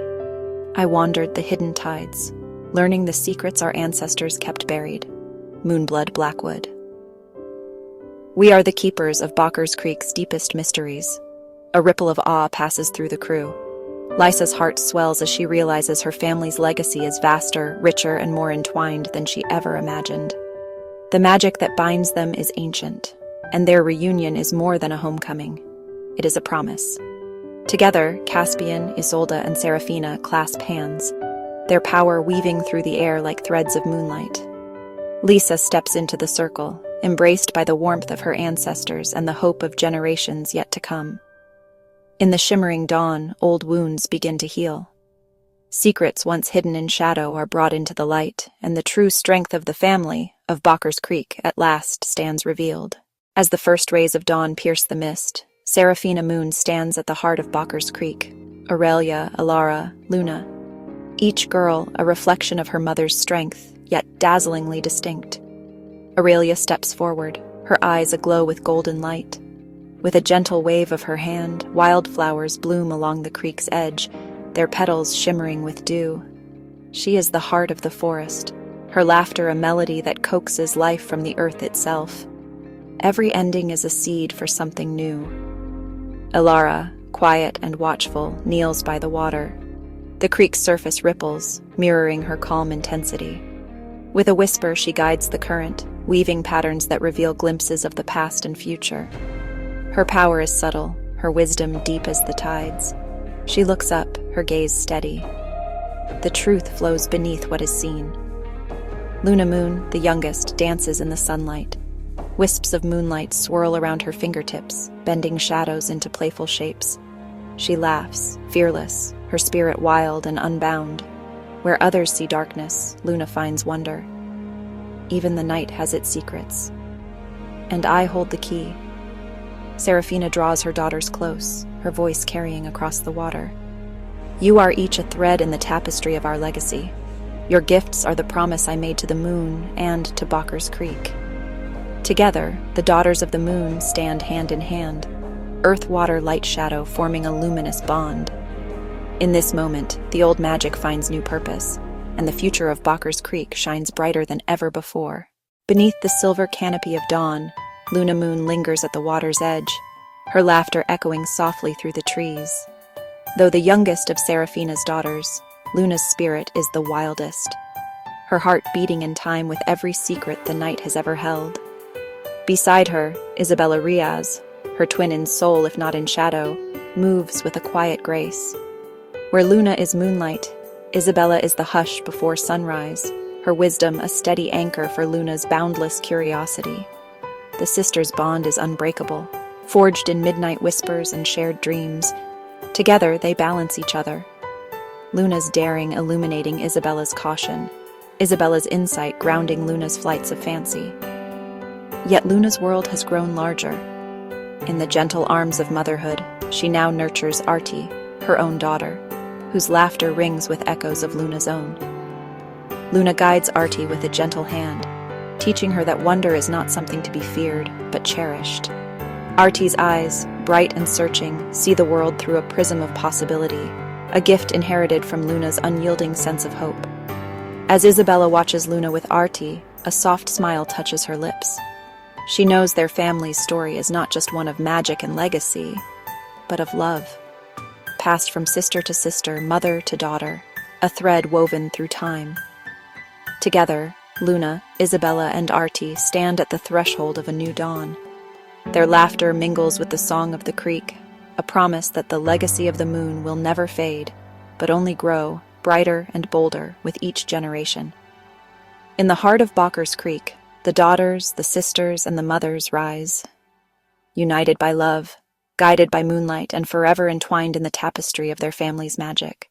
As the first rays of morning shimmer across Bakker's Creek, a hush falls over the ancient grove where destinies entwine.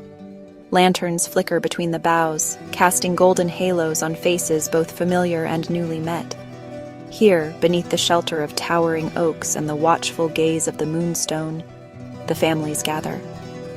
Moon's O'Reilly's Lysander, each drawn by the pull of fate and the promise of reconciliation. Lysander stands at the circle's edge, his gaze steady but heart uncertain. For years, the weight of old rivalries pressed between him and the moons, shadows long and unyielding. Yet tonight, the air vibrates with possibility. Luna, Isabella, Arti stand arm in arm, their laughter weaving through the crowd like a spell. The O'Reillys, fiery Maeve, steadfast Declan, and gentle Eamon, exchange wary glances, memories of past feuds flickering in their eyes. A single bell chimes, and silence falls. From the center, Seraphina raises her hands, her voice ringing clear. We are the keepers of stories, the bearers of secrets, the guardians of hope. Tonight we lay down old wounds and lift up our shared destiny. One by one, hands reach across the divides. Luna's fingers clasp Lysander's, her smile fierce with forgiveness. Maeve O'Reilly steps forward, her voice trembling but strong. Let the past be our teacher, not our chain. Artie Young, Finn O'Reilly dance in the dappled light, their laughter dissolving the last of the night's shadows. Magic stirs, gentle and wild, as the families join in a circle. Rivalries soften into understanding, bonds tighten into new promise. Together they weave a tapestry of hope, each thread a vow, each heart a beacon for the future. Under the watchful eyes of ancestors and the blessing of the moon, the gathering becomes more than a reunion. It is a beginning, a pledge that, no matter the storms ahead, the Moons O'Reillys and Lysander will face them side by side. United by love, tested by rivalry, and bound by destiny, their story continues, stronger, braver, and forever intertwined. In a swirl of moonlit magic and swirling dust, the scene shifts. Suddenly, we're in the heart of the Old West. Tumbleweeds roll past a saloon with swinging doors and a sign that reads, "The Wand and Horseshoe." Inside, glasses clink and drinks shimmer with iridescent light, while a piano plays itself, the keys glowing with every note. Artie the Ninja Witch appears at the bar, her cloak blending with the shadows, a cowboy hat perched atop her head. She twirls her wand, muttering, "Accio Sarsaparilla," as a sparkling drink flies into her hand. The crowd gasps. Townsfolk, outlaws, and a dragon from the far-off land of Westeros, curled up in the corner sipping molten gold. The doors burst open with a gust of enchanted wind. The Timebenders ride in. Miss Colette leading the charge on a shimmering unicorn, flanked by her crew astride flying brooms. Their boots clink with stardust as they dismount, eyes scanning the saloon like seasoned sheriffs. At a nearby table, Magria leans back, her boots on the table, a sly grin on her face. "Nice hat," she calls to Artie. "But can it deflect a ninja star? Or a bad potion?" Artie flashes a mischievous smile. "Only if your potion is brewed with proper technique. Care for a duel? Ninja style or Hogwarts style?" Miss Colette tips her hat, her voice sparkling with authority. "Settle it over a game of enchanted poker. Winner gets the dragon's secret recipe for fireproof boots." The townsfolk cheer as the cards shuffle themselves, floating in midair. Artie, Magria, and the Timebenders trade spells, stories, and a few sly references to Storybrooke's mysterious curse and Hogwarts' secret passages. The dragon roars approval, sending a wave of golden sparks across the room. As the piano's melody rises and the night deepens, rivals become allies. In this magical frontier, wit is as sharp as any wand, and friendship is the greatest spell of all. Under a sky painted with swirling constellations and two mischievous moons, the magical desert outside Bocker's Creek shimmers with anticipation.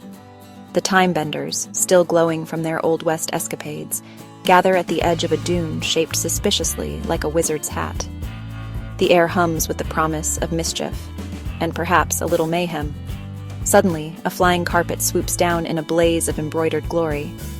Atop it sits Isabella Riaz, Artie's legendary aunt, sporting gold-rimmed glasses and a scarf that changes color with her mood. She lands with a flourish, waving her wand and grinning. "One can never have too many time-turners unless you're late for tea. Dumbledore told me that. Or maybe it was Doctor Who." The group bursts into laughter, but their amusement is interrupted by a peculiar voice. "Excuse me, travelers, do you have a moment to be stumped?" The source is a tall, prickly cactus wearing a monocle and speaking with the crispness of a London butler. "Before you may pass, you must answer my riddle. What is always ahead of you but can never be seen?" Artie smirks. "Is it my ninja shadow after a disillusionment charm?" Magria flips her mermaid tail. "Yes, she's wearing it in the desert, because why not?" And splashes a wave of enchanted water across the sand as a brewing sandstorm approaches. The storm fizzles out with a hiss, and the cactus tips his hat. "Bravo, Miss Mermaid. That's the freshest solution I've seen in centuries." Isabella winks. "The answer is the future, dear cactus. But if you've got a time machine, you might catch a glimpse." The cactus beams. "Splendid. You may proceed and take this, a vial of anti-chafing potion. Sand gets everywhere, you know." The group laughs, trading puns about time-turners, enchanted compasses, and why you should never trust a wizard with a sunburn. With spirits high and the desert twinkling with magic, the Timebenders march onward, united by riddles, rescued by mermaids, and forever guided by the next great adventure. because in this world, the only thing more powerful than a spell is a punchline. As the sun dips below the horizon, painting the sky gold and amethyst, the Timebenders arrive at a crossroads. Each path ahead shimmers, one paved with floating books, another lined with singing cacti, a third swirling with portals to distant lands. Suddenly, the wind whirls, enchanted tumbleweeds tumble out, pulsing with mischief. At their head, a sly genie materializes in sapphire smoke. Never forget what you are, for surely the world won't. His laughter echoes, tumbleweeds begin to spin, threatening to block every path Artie steps forward, eyes narrowing with ninja focus. She channels witch and martial artist spinning kicks, releasing sparkling hexes, cartwheels tossing confetti charms, Expelliarmus yeehaw, lassoing a tumbleweed in shimmering rope. Miss Colette claps her hands. Timebenders, let's show them what rhythm can do. The crew forms a circle, twirling and stomping in a magical dance-off. Each step sends ripples of light through the sand. Tumbleweeds stumble and giggle, enchantment weakening. Meanwhile, Isabella Riaz and Maigria lock eyes, grinning. They weave riddles and watery illusions, keeping the genie guessing. If you want to win, genie, Isabella teases, you'll have to outwit the sea and the stars. Maigria's enchanted water forms a mirror, reflecting the genie with a flick of her tail. She splashes him with a moonlit wave. The genie, momentarily stunned, mutters, I drink and I know things, but apparently not enough. With a bow and a wink, he grants safe passage, tossing a handful of enchanted coins. Spend them wisely, every world has its price. Tumbleweeds roll away, giggling, the genie vanishes into the twilight. The crossroads glow brighter than ever, the Timebenders, breathless and triumphant.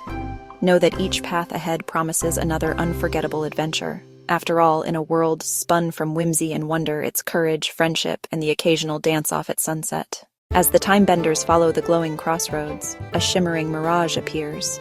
An oasis bursting with emerald palms, sparkling pools, the scent of blooming hibiscus.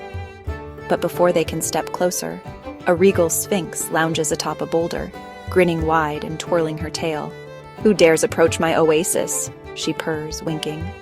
Answer my riddles or prepare for knock-knock jokes. The group giggles. Miss Colette bows theatrically. We accept your challenge, oh punny one. The Sphinx launches into a rapid fire of riddles and jokes, her laughter echoing through the palms. Knock, knock, she teases. Who's there? Artie grins. Oasis. Oasis who? Oasis, you had a better punchline. The Sphinx roars with laughter, granting them entry. Inside, the oasis transforms. Glimmering lanterns float above, chalkboards sprout from the sand, and magical creatures peek from behind palm fronds. Maigria sits by the water's edge, her voice soft but strong. She shares tales of her African childhood, wild savannas, lion cubs under acacia trees, and her journey to America, crossing oceans and dreams. Her stories spark wonder, inspiring Isabella and Riaz to share their own dreams too. Artie, ever the teacher, invites everyone to a Magical Stealth 101 class. She demonstrates how to blend ninja moves with wizard spells, tiptoeing across lily pads that light up with each step, vanishing behind enchanted reeds, and casting silent hexes with a flick of the wrist. Think Hogwarts meets Shaolin, she winks. The group giggles, practicing their moves as unicorns watch approvingly and phoenixes watch approvingly. As laughter and learning fill the oasis, the Sphinx nods, satisfied. You've solved my riddles, shared your stories, and made this oasis bloom brighter than ever. Remember, sometimes the best magic is friendship and a really good punchline. The Timebenders, hearts lighter and skills sharper, prepare to journey on, knowing that every oasis holds new legends, and every friend, a story worth telling. As the velvet night drapes over the oasis, the Timebenders gather around a flickering campfire, its flames painting golden stories on their faces. Isabella Riaz perches on a log, her eyes sparkling with mischief. She spins tales of high seas adventures, of daring pirate escapes, secret spells whispered under moonlit decks, and midnight lullabies sung to enchanted children in distant lands. Artie, ever the performer, juggles enchanted apples that glow with shifting colors, each toss leaving trails of stardust in the air. An apple sprouts wings and flutters away, chased by a giggling unicorn. Maigria's voice grows soft, thoughtful. She gazes into the fire, reflecting on her journey from wild savannas to this magical oasis. How every step, every friend, has woven a new thread into her tapestry of belonging. "I used to search for home," she murmurs, "but now I see it's here, among all of you." The friends share stories, memories, and dreams, their laughter rising like sparks toward the heavens. Slowly, the stars above shimmer and swirl, rearranging themselves until, with a gasp, the group sees it. The words "Bockers Creek Forever" written in constellations overhead. As the campfire crackles and the night wraps them in its gentle embrace. And so, with hearts full and eyes wide, our heroes rest beneath a sky that remembers. For where there's laughter, friendship, and a touch of magic, adventure is never far behind. Stay tuned, more magical mischief awaits. The camera pans upward, the stars twinkling in silent promise as the campfire's glow fades into the night. The first blush of dawn paints the horizon as the company leaves their campfire behind, journeying towards the hidden cove known only to those of ancient bloodlines. Here, the air shimmers with enchantment, the waves whispering secrets only the sea can keep. Artie walks hand in hand with Zepparella, her daughter with Oceanus, a child born of tides and tempest, laughter and light. As they step onto the moonlit sand, a hush falls. Awaiting them are Oceanus's siblings, regal Seraphina, her aura aglow with sea foam and starlight, and Seraphina's daughters, wise Elara Moon, with eyes deep as the midnight ocean, and radiant Aurelia, whose laughter rings like wind chimes. Zepparella clings shyly to Artie's side, but Seraphina kneels, her voice warm as a summer breeze. "Welcome, little one. The sea has sung your name since before you were born." Elara Moon kneels beside her, presenting Zepparella with a shell that glimmers with shifting constellations. "For you," she smiles, "a key to the dreams of the ocean." Aurelia weaves a garland of luminous pearls, crowning Zepparella as family. The group gathers in a circle, hands joined. Oceanus, ever the gentle giant, lifts Zepparella to his shoulders. "Your god family is bound by more than blood," he intones. "We are tied by promise, by story, by the magic that lives in our hearts." A ripple of magic passes through the cove. The waters glow, revealing images of generations past. Adventures, triumphs, heartbreak, and hope. Each family member shares a secret. Seraphina speaks of ancient alliances. Elara confides her gift of dreamwalking. Aurelia reveals the song that calms the wildest storms.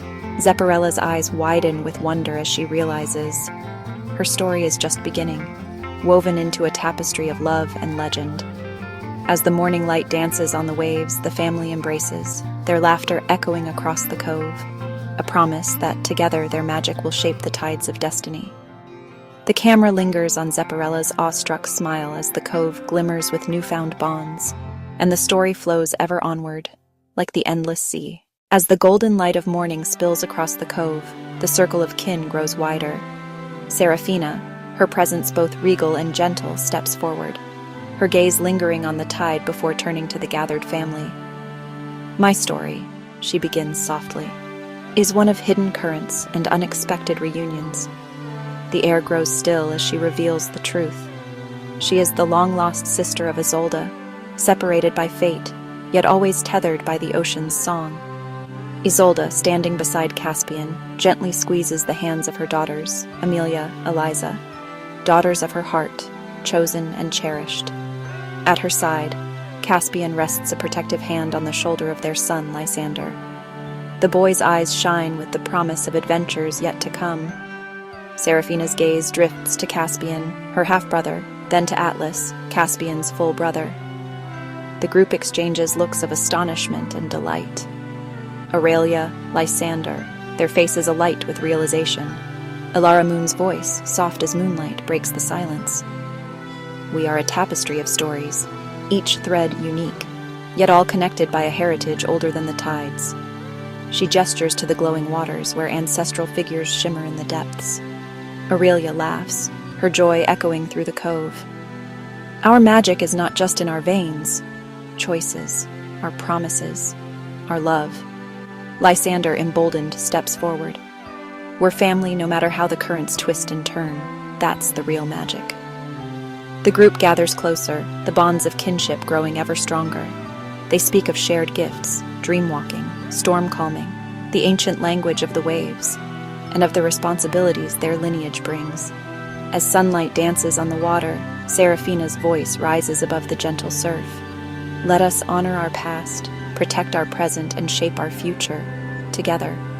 The family joins hands, a living lineage of hope and magic, their laughter and vows weaving through the salt air. The camera pulls back, capturing the cove aglow with the promise of unity. A family at last, unbroken by time or tide. As the laughter lingers in the morning air, Seraphina's expression shifts. Her regal calm deepens into something ancient, something wild. She steps forward, the tide swirling around her feet, and the cove hushes once more. There is one more truth, she says. One I have carried beneath the waves and behind my smile. A ripple of anticipation moves through the family. Seraphina lifts her hands. The sea shimmers, casting flickering shadows along the sand. Eyes glowing, hair flowing like kelp in the current, Seraphina stands, revealed as Hertza, the demon witch, her aura luminous and strange. Gasps echo around the circle, but Hertza's smile is gentle. I have called myself your half-sibling, for I chose this family above all others. For centuries I lived beneath the sea, among those who found me when the world cast me adrift. From the glowing surf, two figures emerge. Morpheus, the king of dreams, his cloak woven from starlight and slumber. Morgana, the sea witch, her eyes deep as midnight tides. The magical family gathers close, awe and acceptance mingling in their faces. Isolde steps forward, reaching for Hertza's hand. Family is more than blood, she whispers. It's the bonds we choose, the truths we share. Before anyone can speak, a whirl of wind and laughter spirals through the cove. Zepparella arrives, her presence electric, her hair a cascade of storm clouds. She bows, mirth twinkling in her eyes. I heard there was room for one more in this wild family tree. Morpheus and Morgana join the circle, and Zepparella is welcomed with open arms. The family tree grows ever more tangled. Branches of magic dream storms see entwined. Hertza, no longer hidden, raises her voice. Let our legacy be one of chosen kin, of secrets revealed, and of love that transforms even the darkest tides. The camera drifts upward, capturing the cove as it glows with newfound unity. Each soul a thread in a tapestry more wondrous than any legend, the air alive with the promise of stories yet to be told. As the first rays of sunlight spill across the cove, Morgana lingers at the water's edge, her silhouette framed by the shimmering surf. Shadows once clung to her, but now the morning light softens every line, every sorrow. Lisa approaches quietly, her footsteps barely stirring the sand. There's a pause, a breath suspended between what was and what might be. Morgana's eyes, deep and stormy, meet Lisa's searching gaze. For a moment, silence speaks for them both. I know what it means to be cast adrift, to carry wounds that no one else can see. I was the monster in every tale. I let pain shape me until I forgot there could be another way. The camera lingers on their hands as Lisa reaches out. Hesitant, then certain, Morgana takes it. The tides swirl around their feet, a quiet promise of change. Behind them, the family gathers. Isolde, Seraphina, now Hertza, Morpheus, Zepparella, and the others form a circle of support. No one speaks condemnation, only acceptance glimmers in their eyes. I want to try, to become more than what I was. We all begin again in our own way. A hush falls. Isolde steps forward, arms open. One by one, the family embraces Morgana, offering forgiveness, offering understanding, offering the strength to start anew. The bonds of kinship, once tested by secrets and fear, now shimmer with possibility. The camera pulls back, capturing the cove as hope takes root. The surf sparkles, the sky brightens, and together, they step into a future shaped not by the shadows of their past, but by the light of forgiveness and the promise of healing. This is the dawn of redemption, a new chapter for Morgana and for them all. The sun climbs higher, painting the sky in gold. The cove stirs with newfound hope. 6 figures gather in the clearing.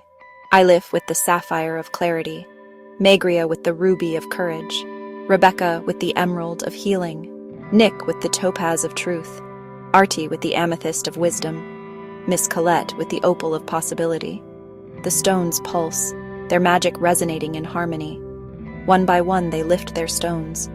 Eilif's mind sharpens, seeing paths through time itself. Magria's heart swells with daring, her voice steady and sure. Rebecca's hands glow, mending old scars with a gentle touch. Nick's words ring honest, dispelling doubts. Artie's thoughts expand, weaving together past and future. Miss Colette's laughter ripples, possibilities unfurling like petals in spring. They join hands, the stones shine brighter. A circle of unity forms, chosen family bound by love and forgiveness. The stone's magic surges, swirling into a radiant aurora above them. Colors dance across the sky, brilliant reflections cast on the waves below. For a moment, the world holds its breath. The family, old and new, looks on, awe in their eyes. The display is more than magic, it is a promise. Together, they are stronger. Together, they will face whatever comes. As the aurora fades, laughter and tears mingle on the breeze. The time benders lower their stones, their hearts forever changed. Overhead, the future calls, a tapestry waiting to be woven by their hands. And so, with unity shining in every heart, the next adventure begins. As night drapes its velvet cloak over the cove, Isabella Riaz and Neve find themselves drifting away from the joyful crowd. They settle side by side on a weathered log, the sand cool beneath their feet, the sea whispering gentle secrets nearby. Above them, the last colors of the aurora fade into a tapestry of stars. Isabella glances at Neve, her eyes reflecting the starlight. "Funny, isn't it?" she says softly. "All this time, our stories weaving past each other, never quite touching, until now." Neve smiles. "My grandmother used to tell me tales about a distant branch of our family. Brave, stubborn, always chasing the horizon. They begin to trade stories, laughter and nostalgia mingling in the night air. Tales of lost letters, half-remembered lullabies, childhood dreams, family recipes passed down like hidden treasures. Each story uncovers another thread, binding their histories tighter. As they speak, a gentle realization dawns. Their connection is more than shared blood. The echoes of their laughter, the shape of their hopes, the way their hearts recognize each other in the quiet moments. In the hush between words, Neve reaches for Isabella's hand. "Maybe all those twists in our family tree were just leading us here," she whispers. Isabella squeezes her cousin's hand, a smile blooming in the shadows. "To this night, to this family, to us." Above them, the stars burn brighter, silent witnesses to a bond rediscovered. And in the stillness, Isabella and Neve know. Their story is just beginning. The hush of the night deepens. Isabella and Neve remain on the weathered log, the sea's lullaby weaving through their shared silence. Isabella's gaze turns wistful, tracing constellations above as she gathers her thoughts.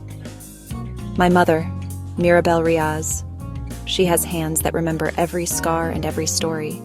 She's a healer, not just of bodies, but of hearts. When I was little, she'd wrap my scraped knees in bandages and old songs, and somehow the pain would drift away. As Isabella speaks, faded images flicker. Mirabel tending a garden at dawn, mixing herbs with a knowing smile, her laughter rising with the morning birds. Neve listens, eyes shining. My father, Hugo, he was always chasing the horizon. A merchant with pockets full of trinkets and a head full of riddles. He'd bring back stories from every corner of the map, and sometimes he'd vanish for weeks, only to return with a new mystery and a gift wrapped in silk. The air between them is warm with memory. Neve leans in, curiosity gentle. Did he ever teach you any of his riddles? Isabella grins.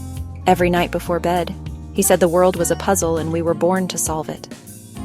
They sit together, the echoes of their parents' voices mingling with the surf.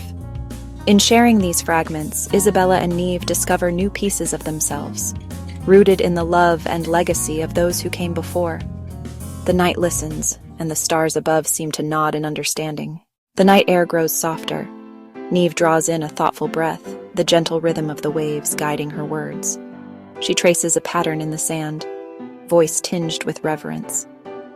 My mother, Selena Frost. She could coax secrets from any seed stem. Our cottage was always filled with the scent of fresh earth and wild blossoms. She'd teach me to listen to the whispers of each leaf to know when a plant was lonely or thriving. Images drift across the screen. Selena tending to her greenhouse, hands calloused but kind, her eyes alight with quiet wisdom as she presses a sprig of lavender into Neve's palm. Neve's smile grows, warmed by memory. And my father, Jasper, he was a sailor at heart. He claimed to have sailed the 7 seas, collecting stories and songs in every port. When storms rolled in, he'd spin tales so bright and bold that even thunder seemed to pause and listen. Montage flickers. Jasper at the helm of a weathered boat, laughter echoing over the spray, his arms wide as he shares a story with a circle of eager children. Neve glances at Isabella, her voice barely above the hush of the tide. They taught me that every root has a story, and every wave carries a memory. I guess that's why I've always felt at home between the earth and the sea. The two friends sit quietly, their family stories intertwining, weaving new roots into the night. The stars shimmer above as if blessing the branches of memory that reach ever upward, connecting past to present, friend to friend. Laughter bubbles up between Neve, Isabella, and their cousins as they gather around the softly crackling campfire.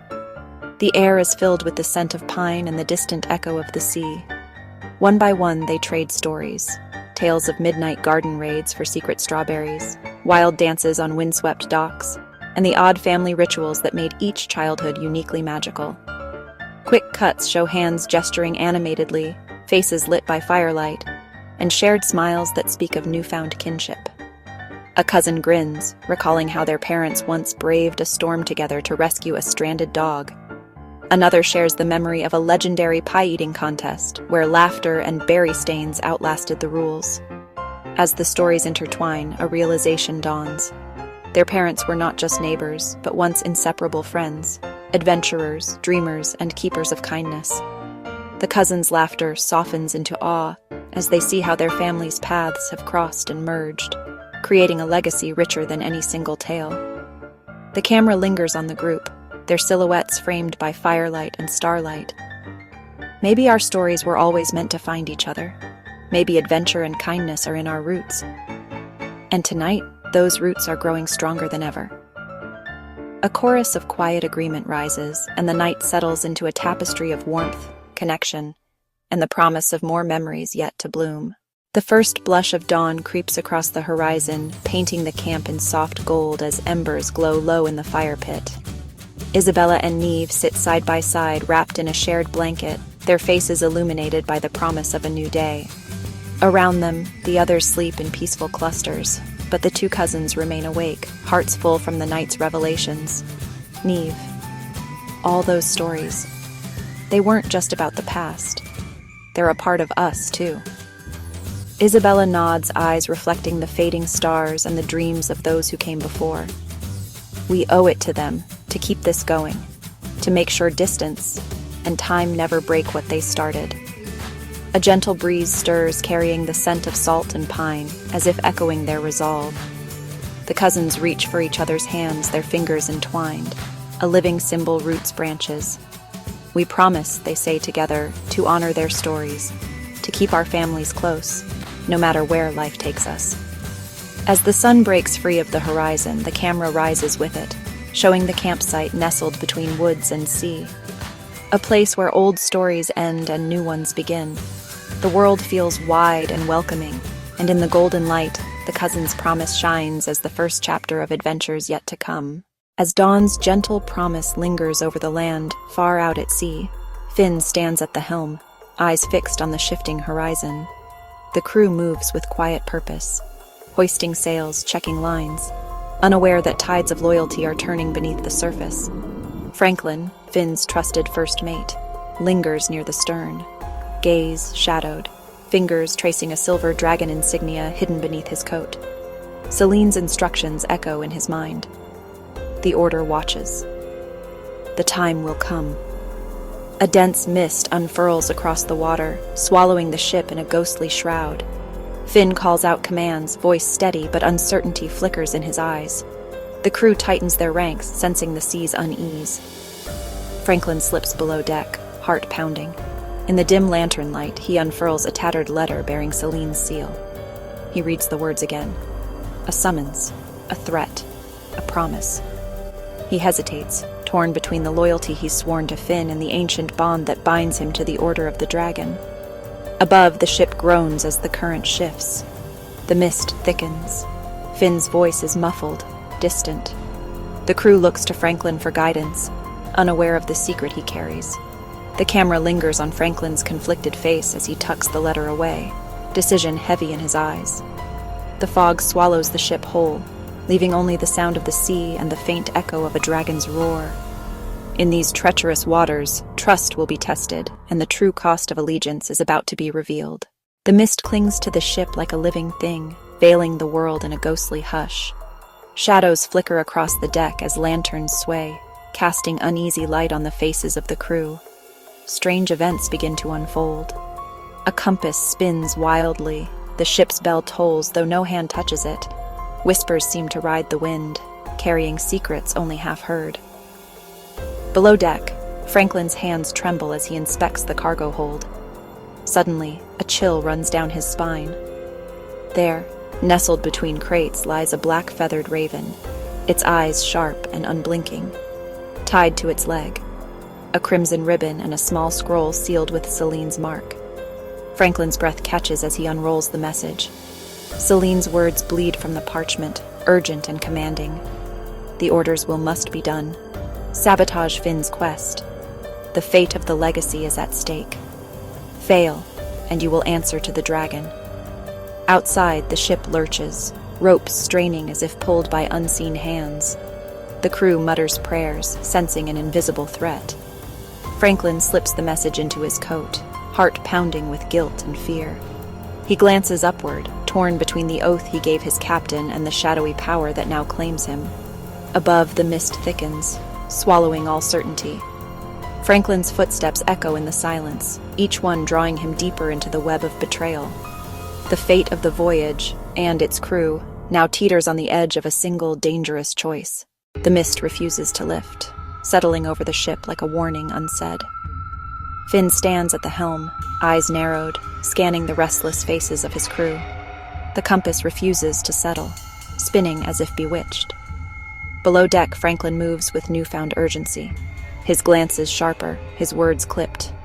He lingers near the cargo hold, fingers brushing the crimson ribbon hidden in his coat. On deck, whispered conversations ripple through the crew. A lantern is found smashed, its glass scattered like clues. Supplies go missing. First a coil of rope, then a crate of provisions. Always when Franklin is near. Finn's trusted first mate, Mara, pulls him aside, her voice low. "There's a shadow among us," she warns. "Someone's working against us." Finn's jaw tightens. He watches Franklin from afar, noting the way his hands tremble, the way his eyes flicker with secrets. Suspicion grows like a storm on the horizon. Small acts of sabotage escalate, a lifeboat's tether cut, the navigation charts smeared with ink. The crew grows restless, their loyalty fraying. Accusations begin to fly. One stormy night, Finn gathers the crew by lantern light. Thunder rumbles as he speaks. "There is a traitor among us. Until the truth is revealed, trust no one, not even me." The crew's faces are etched with fear and doubt, eyes darting to Franklin, to Finn, and back again, as the ship drifts deeper into the mist. Franklin's resolve hardens. He clutches Celine's message, torn between loyalty and survival. The line between friend and foe blurs. The fate of the voyage hangs by a thread, one that may soon unravel. The shadow of doubt has fallen, and nothing will ever be the same. Lightning splits the sky as the storm crashes over the ship, wild winds screaming through the rigging. Rain lashes the deck, drenching the crew. They scramble to secure the sails. In the chaos, Franklin slips away, his footsteps muffled by thunder and the pounding rain.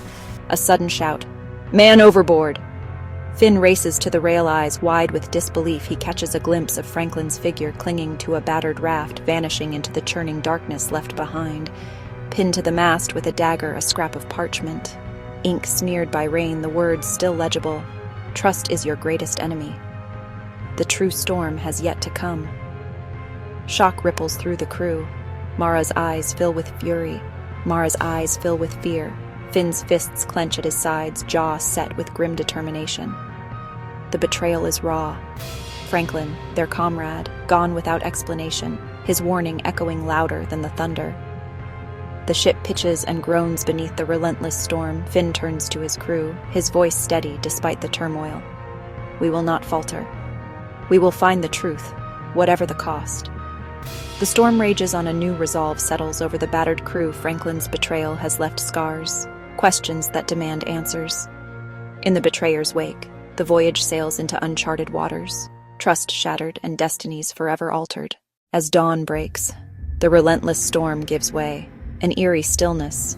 The ship drifts beneath a bruised sky, battered but afloat. Her crew gathered on the rain-slicked deck, faces drawn, eyes haunted by the night's betrayal. Finn stands at the helm, the wind tugging at his coat, Mara at his side, her fury now tempered by resolve. The crew moves with silent purpose, mending torn lines, patching wounds, collecting what remains of their shattered trust. Each motion is heavy with the weight of Franklin's warning. Trust is your greatest enemy. Below deck, maps are unrolled. A plan takes shape. Finn's voice is steady, but the tremor of uncertainty lingers. Selene, the Order of the Dragon. They think us broken. They think the storm has won, but together we are stronger than any tempest.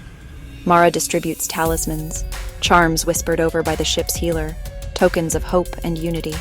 The crew's resolve hardens. They are no longer just survivors. They are a family forged in adversity, ready to face the darkness ahead. As the sun bleeds through the clouds, the distant silhouette of Selene's fortress emerges on the horizon. The final battle awaits. In this fragile calm, Finn and his crew steel themselves. Not just for war, for redemption, the chance to reclaim the destiny that was stolen from them. The time has come to face the dragon and the truth within themselves. As the ship glides toward the looming fortress, a hush falls over the battered crew. The calm is fragile, every soul on deck attuned to the coming storm. But deep in the shadowed woods near the coast, another force stirs. Herza, the demon witch, wreathed in violet mist, stands before a cracked mirror. Her eyes burn with unspoken secrets. She whispers ancient incantations, her voice weaving through the trees like a chill wind. With each word, her features shift. Hair darkens to a midnight cascade. Eyes sharpen, eyes soften, eyes settle into a cool, unfamiliar gray. Scars vanish, her stance straightens. Power knots and twists, coiling into the shape of someone new. She chooses a name, Maribel Thorne, a woman with no past, no allegiance, her story untold. Herza's old life dissolves into the mask of Maribel. Maribel steps from the woods. She approaches the water's edge, silhouette framed by the rising sun. She signals the ship, weaves a tale of survival and lost memories. Her voice trembles with just the right amount of mystery. On deck, Finn, Mara. They exchange wary glances. The crew, still raw from betrayal, eyes the stranger with suspicion. Maribel's calm gaze and gentle smile disarm them. Her words promise skills and secrets they desperately need. Unbeknownst to them, the demon witch has joined their ranks, her motives hidden, her true identity buried beneath layers of magic and resolve. The ship welcomes Maribel Thorne. The fate of the crew, and the final battle, grows ever more uncertain. The morning mist clings to the hull. Maribel Thorne steps onto Finn's ship, her cloak trailing secrets behind her. She carries a battered satchel of herbs and vials, hands, steady eyes unreadable. The crew gathers, forming a silent semicircle, some curious others clutching at old wounds. Finn greets her with a nod, his gaze sharp yet cautious. "You say you're a healer," he ventures. "We've had enough of tricks for one voyage." Maribel's lips curl into a gentle, enigmatic smile. "I seek only safe passage," she replies, her accent strange, her words laced with quiet authority. but my skills are yours should you need them. She moves among the crew, tending bruises with a touch that soothes and startles. She knows remedies for fever no one has heard of, recognizes scars that tell stories even their owners have forgotten. Her intuition unsettles them. She anticipates pain before it's spoken, offers comfort before it's asked. Mara watches from the shadows, suspicion flickering in her eyes. Finn, meanwhile, studies Maribel with a mix of hope and unease. He senses the undercurrent of something extraordinary, or dangerous, beneath her calm. As the ship sets sail once more, Maribel stands at the prow, the wind tugging at her hair. She gazes toward the horizon, her past hidden, her intentions veiled. The crew whispers about the healer's uncanny ways, but for now, they accept her among them. Beneath the healer's mask, Herza's mind weaves plans as intricate as any spell she has won their trust. For now. And as the sea stretches ahead, so too does the shadow of her secret, waiting to be revealed in the tides to come. Below deck, the ship hums with quiet gossip. Voices drift between hammocks, lantern-lit corners, all circling back to Maribel Thorne. Sailors trade rumors as she moves through the shadows. Some swear she's a wandering saint. Others whisper of darker arts. Maribel kneels beside a young deckhand, her fingers deftly wrapping a bandage.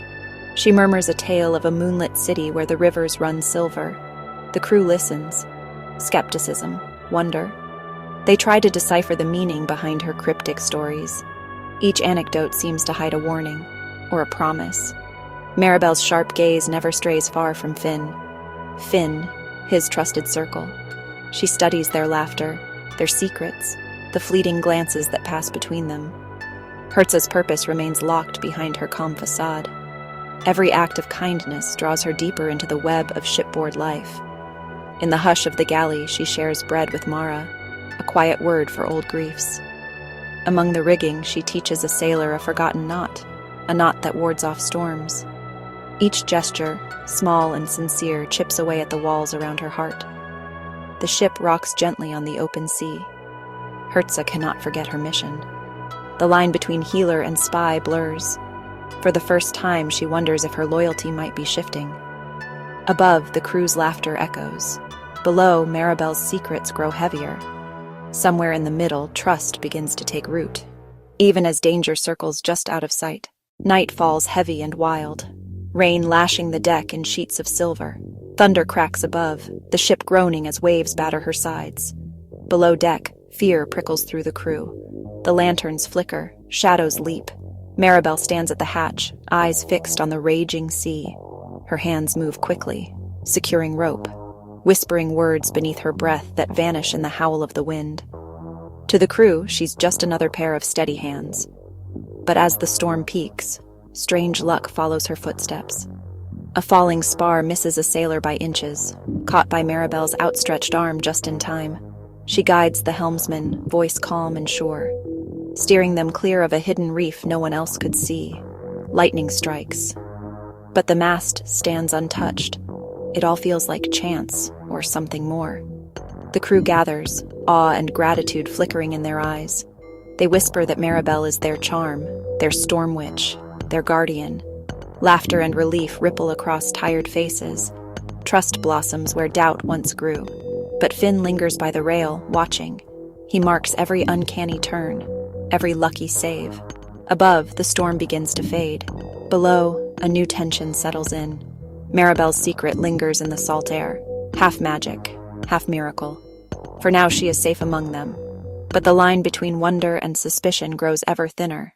Dawn creeps over the battered ship, turning storm clouds to pale gold.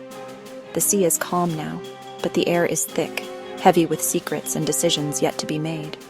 Herza stands alone in the galley, hands trembling around a chipped mug. Her reflection shimmers in the tea, a mask she's worn too long, a truth aching to surface. Footsteps echo in the corridor.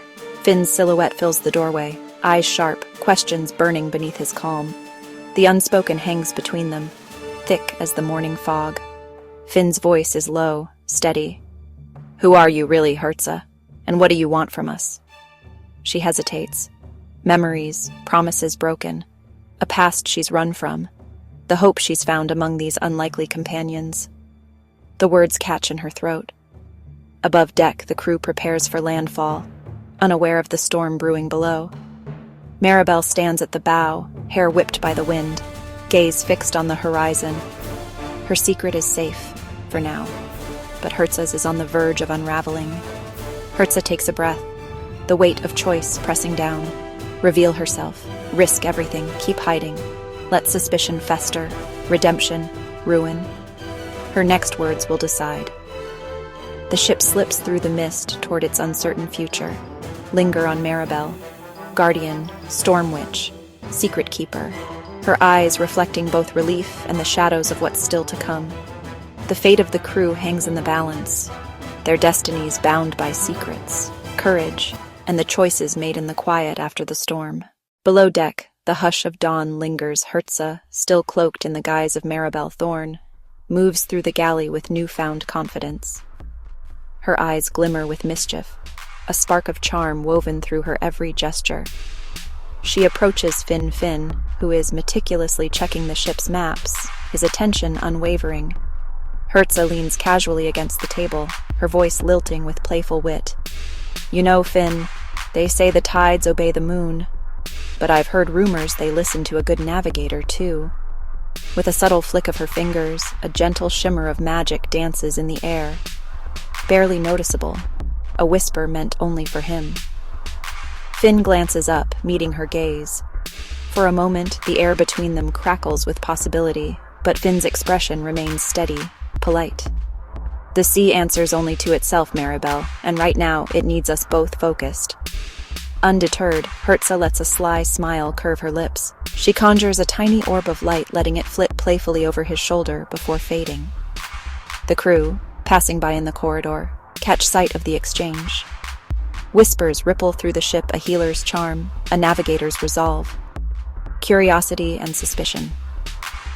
Above, the deck is alive with preparations for landfall, but below, a new tension simmers. Hertza's flirtation. Part magic, part longing casts ripples through the crew. Yet Finn, true to his post, stands unshaken. His loyalty to the voyage remains, even as Hertza's intentions grow more enigmatic. As dawn brightens, the crew's whispers swell. Who is Maribel Thorne, really? And what spell has she cast over their steadfast navigator? As the ship glides over silver waters, Maribel, Hertza's disguise shimmering with every secret, sets her sights on Finn once more. By day, she offers her hands for repairs, sleeves rolled, laughter echoing amidst the clang of hammers and the scent of salt. Finn's gratitude is brief, his focus fixed on the hull, but a flicker of warmth dances in his eyes. Night falls, lanterns sway, and Maribel spins tales of distant harbors and moonlit storms, her words weaving magic that draws a small circle of listeners. Finn lingers at the edge, listening, arms crossed, a rare smile tugging at his lips. Yet, when the stories end, he slips away, shadows clinging to his heels.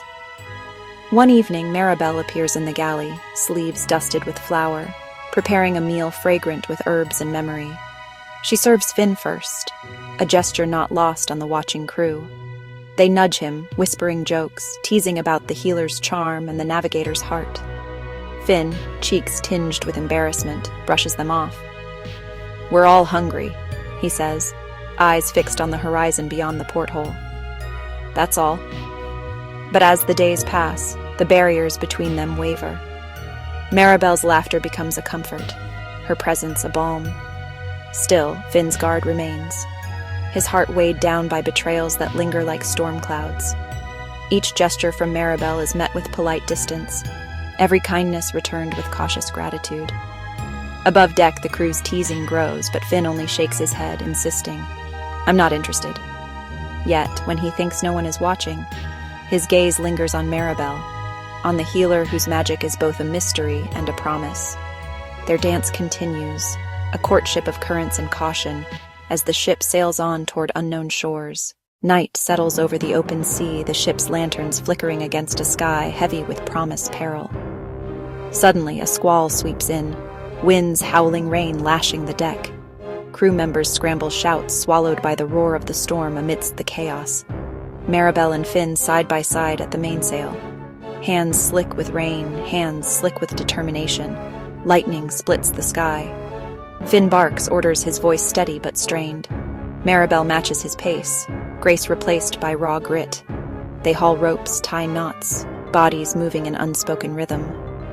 Finn glances, her eyes alight with unmasked power, her disguise flickering in the storm's wild light. He sees the healer, a force of nature, something ancient and true. The storm subsides, the ship steadies beneath their hands. Breathless, Finn studies Maribel, searching her face for answers. She meets his gaze, vulnerability, strength. The moment stretches. Fragile, electric wariness lingers. Curiosity sparks. There is more to Maribel than laughter legends. Thunder rumbles. Crew regroups unaware. Maribel turns away, her mask slipping back into place. Finn's gaze follows. Watchful, wondering. The storm has passed, something vital has shifted between them, setting the course for secrets yet to be revealed. The ship rocks gently in the aftermath of the storm, the deck awash in silvery moonlight. Most of the crew has retreated below, leaving Maribel and Finn alone amid the tangled ropes and glistening boards. A quiet hangs between them, thick, expectant. Maribel's voice breaks the silence, soft and edged with something old. "Out here the sea takes as much as it gives," she murmurs, eyes fixed on the horizon. "I've lost more than I care to remember. Family, friends, pieces of myself I'll never get back." Finn leans against the railing, his silhouette outlined by the waning light. He listens, the tension in his shoulders easing just enough for the truth to slip through. "You're not the only one with ghosts," he replies, voice low. "There are things I wish I'd done differently. People I let down, choices I can't undo." Maribel turns, her gaze meeting his, earnest and searching. "But you kept going," she says, "even when it hurt." He nods, a wry smile flickering. "You learn to live with the ache. To trust the tides might bring you something worth holding on to. A fragile understanding forms, a mooring in uncertain waters." Maribel's hand hovers near Finn's on the rail, not quite touching, but close enough to bridge the distance. For a moment, the secrets between them feel lighter, buoyed by shared regret and hope. But beneath Finn's steady exterior, doubt lingers, his trust not yet fully cast to the depths. The ship drifts onward, the storm behind them, and with it, the first threads of trust weaving through the night. Days melt into one another, the ship sails beneath endless skies. Maribel's laughter rings out more often now, her presence a gentle current winding through the crew. Even Finn, once withdrawn and guarded, seems changed. His steps lighter, his eyes less clouded by old storms. The crew exchanges knowing glances, quietly relieved to see Finn's walls begin to crumble. One evening, with the world cloaked in velvet darkness, stars scattered like secrets above, Maribel finds Finn leaning against the aft rail. The air is cool, tinged with salt and promise. She smiles, a question lingering in her gaze. "Walk with me?" she asks, her voice barely more than a whisper. Finn hesitates, then nods. Together, they move along the quiet deck, their footsteps soft against the planks. Overhead, constellations shimmer, a silent audience to this fragile piece. Neither speaks at first, the night fills with the rhythm of their breathing, the hush of waves against wood. As they walk, the distance between them narrows, not just in space, but in spirit. Maribel's kindness, patient and unwavering, has carved a path through Finn's defenses. For the first time, he allows himself to hope to imagine a future not defined by loss, but by the possibility of trust. Their shadows blend beneath the starlight, two souls quietly daring to believe in second chances. But deep within, both know. Some truths remain submerged, waiting for the right tide to bring them to the surface. For now, though, they walk on, side by side, under the watchful gaze of the stars, the beginning of something new unfolding in the gentle darkness. Beneath the hush of midnight, as laughter quietly ripples through the ship, and hope quietly ripples through the ship, Hertza stands alone in the shadowed corner of her tiny cabin. Her candle flickers, casting warped shapes on the walls, a silent reminder of the darkness she once commanded. In her trembling hands, she holds a faded locket, its surface etched with runes of protection and regret. Outside, the world is changing. Friendships blossom. Trust, hard won, begins to bloom. But Hertza's heart is heavy, a storm of secrets roiling just beneath the surface. She gazes into a cracked mirror, searching for the girl she used to be before the world named her demon witch. Memories flash, fire in her veins, the cries of those who feared her, the power she never asked for. With slow, deliberate movements, Hertza gathers scraps of cloth, a battered hat, and a small jar of soot. She begins to fashion a new disguise, a mask to shield her true self from the eyes of those she longs to protect. Each layer is a silent plea for forgiveness, each knot tied with hope that she might finally belong. As dawn threatens the horizon, Hertza slips the locket beneath her shirt, hiding her past close to her heart. Her disguise complete, she inhales shakily, summoning the courage to step into the uncertain light of morning. She is not ready to reveal her truth. Not yet. But with every careful stitch, every whispered promise to herself, Hertza carves a new path, one that might lead, at last, to acceptance and redemption. And somewhere, in the quiet between heartbeats, she dares to dream that the burden of power can become the promise of a new beginning. As the first blush of dawn spills through the porthole, Hertza sits quietly at her tiny desk, the new mask before her, its edges still damp with care.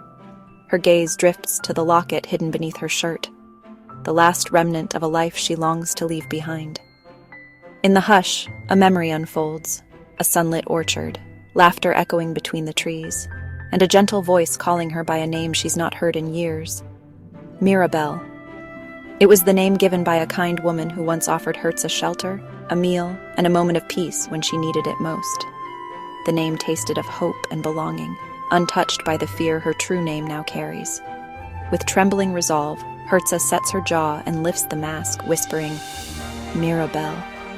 The word feels unfamiliar on her tongue, yet comforting, as if it's always waited for her return.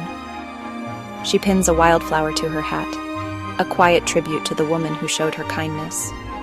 This new identity is not a lie, but a promise. To help, to heal, to be more than the legend of the demon witch. As Mirabelle, she can offer compassion without suspicion, strength without fear. Rising, she steps into the corridor, letting the soft light catch the hopeful glint in her eyes. The ship stirs with new beginnings, and so does she.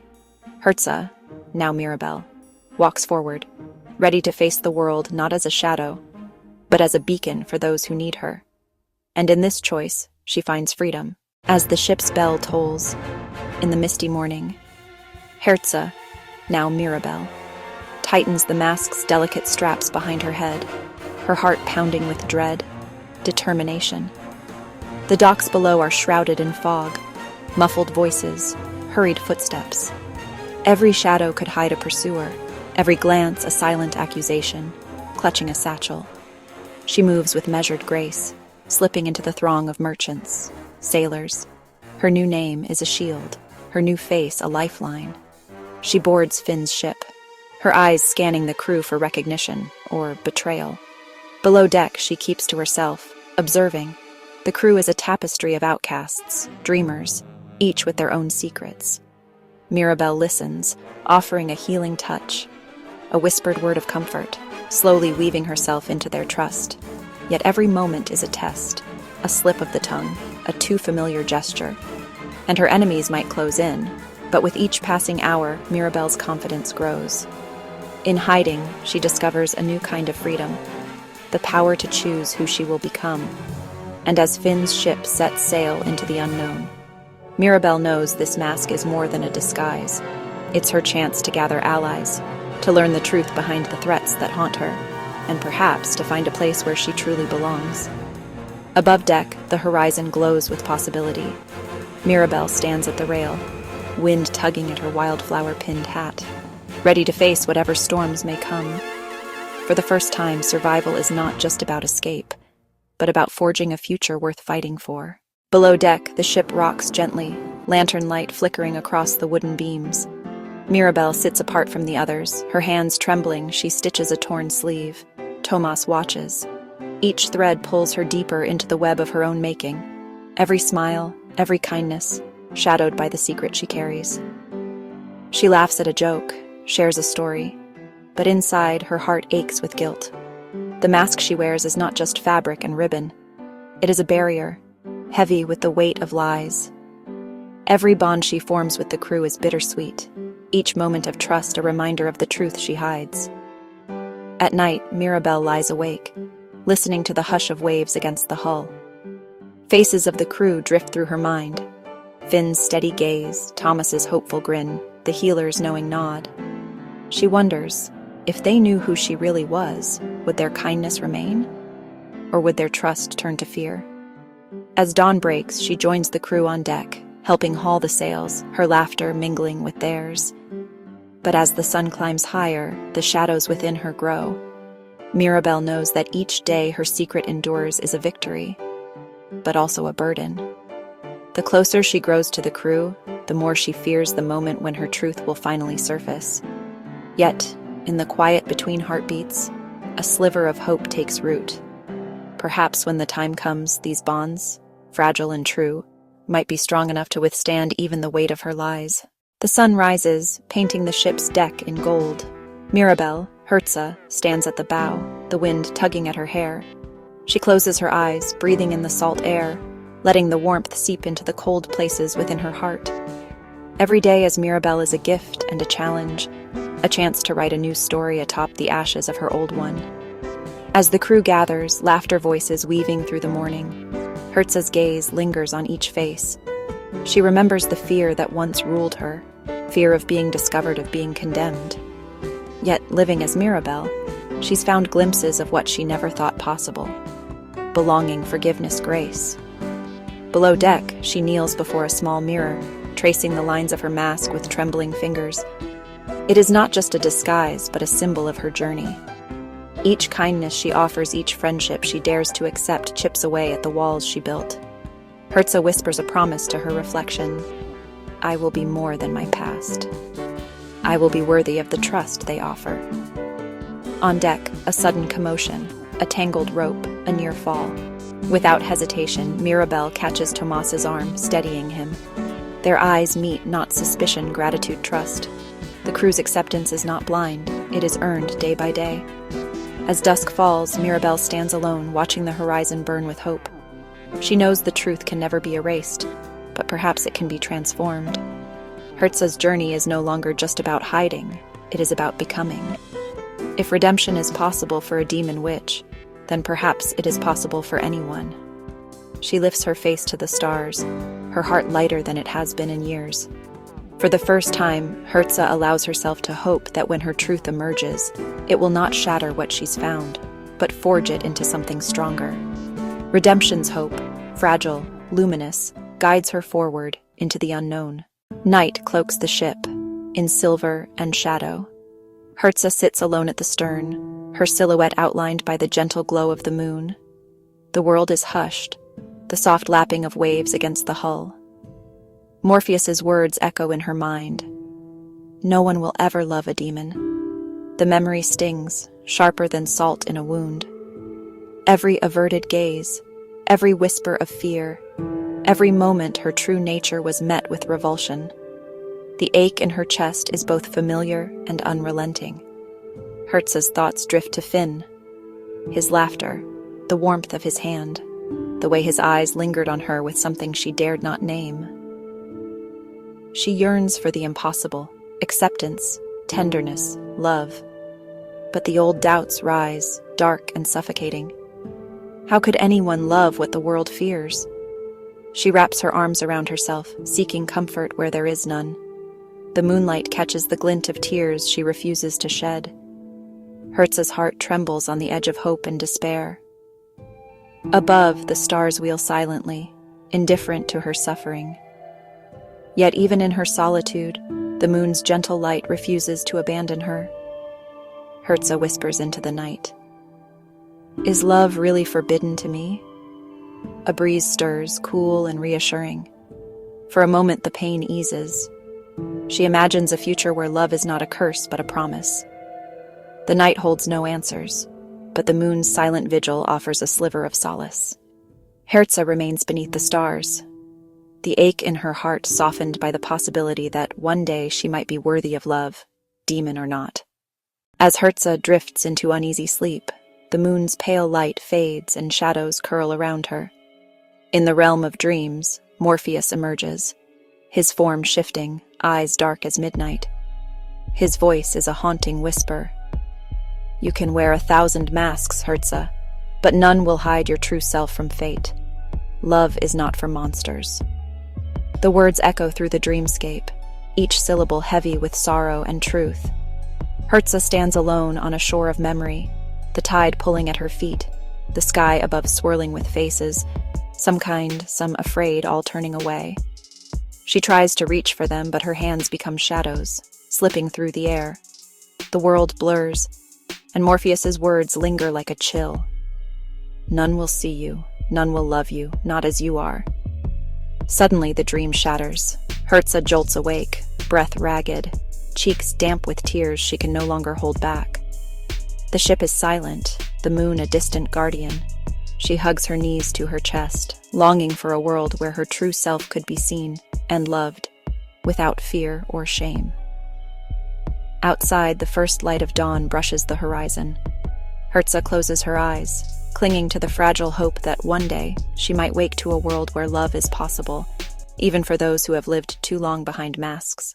As dawn stretches golden fingers across the deck, Herza, still hidden behind Mirabel's gentle features, finds herself drawn to Finn. He's waiting by the ship's railing, the ocean breeze tousling his hair, his eyes bright with laughter. They talk quietly, voices mingling with the soft hush of waves. Finn shares tales of childhood mischief, dreams for the future. Each story paints his world in colors Herza never knew existed. She laughs, truly laughs, for the first time in what feels like centuries. Her heart flutters, thrilled and terrified. Finn's gaze lingers, warm and open. For a moment, Herza forgets the mask she wears.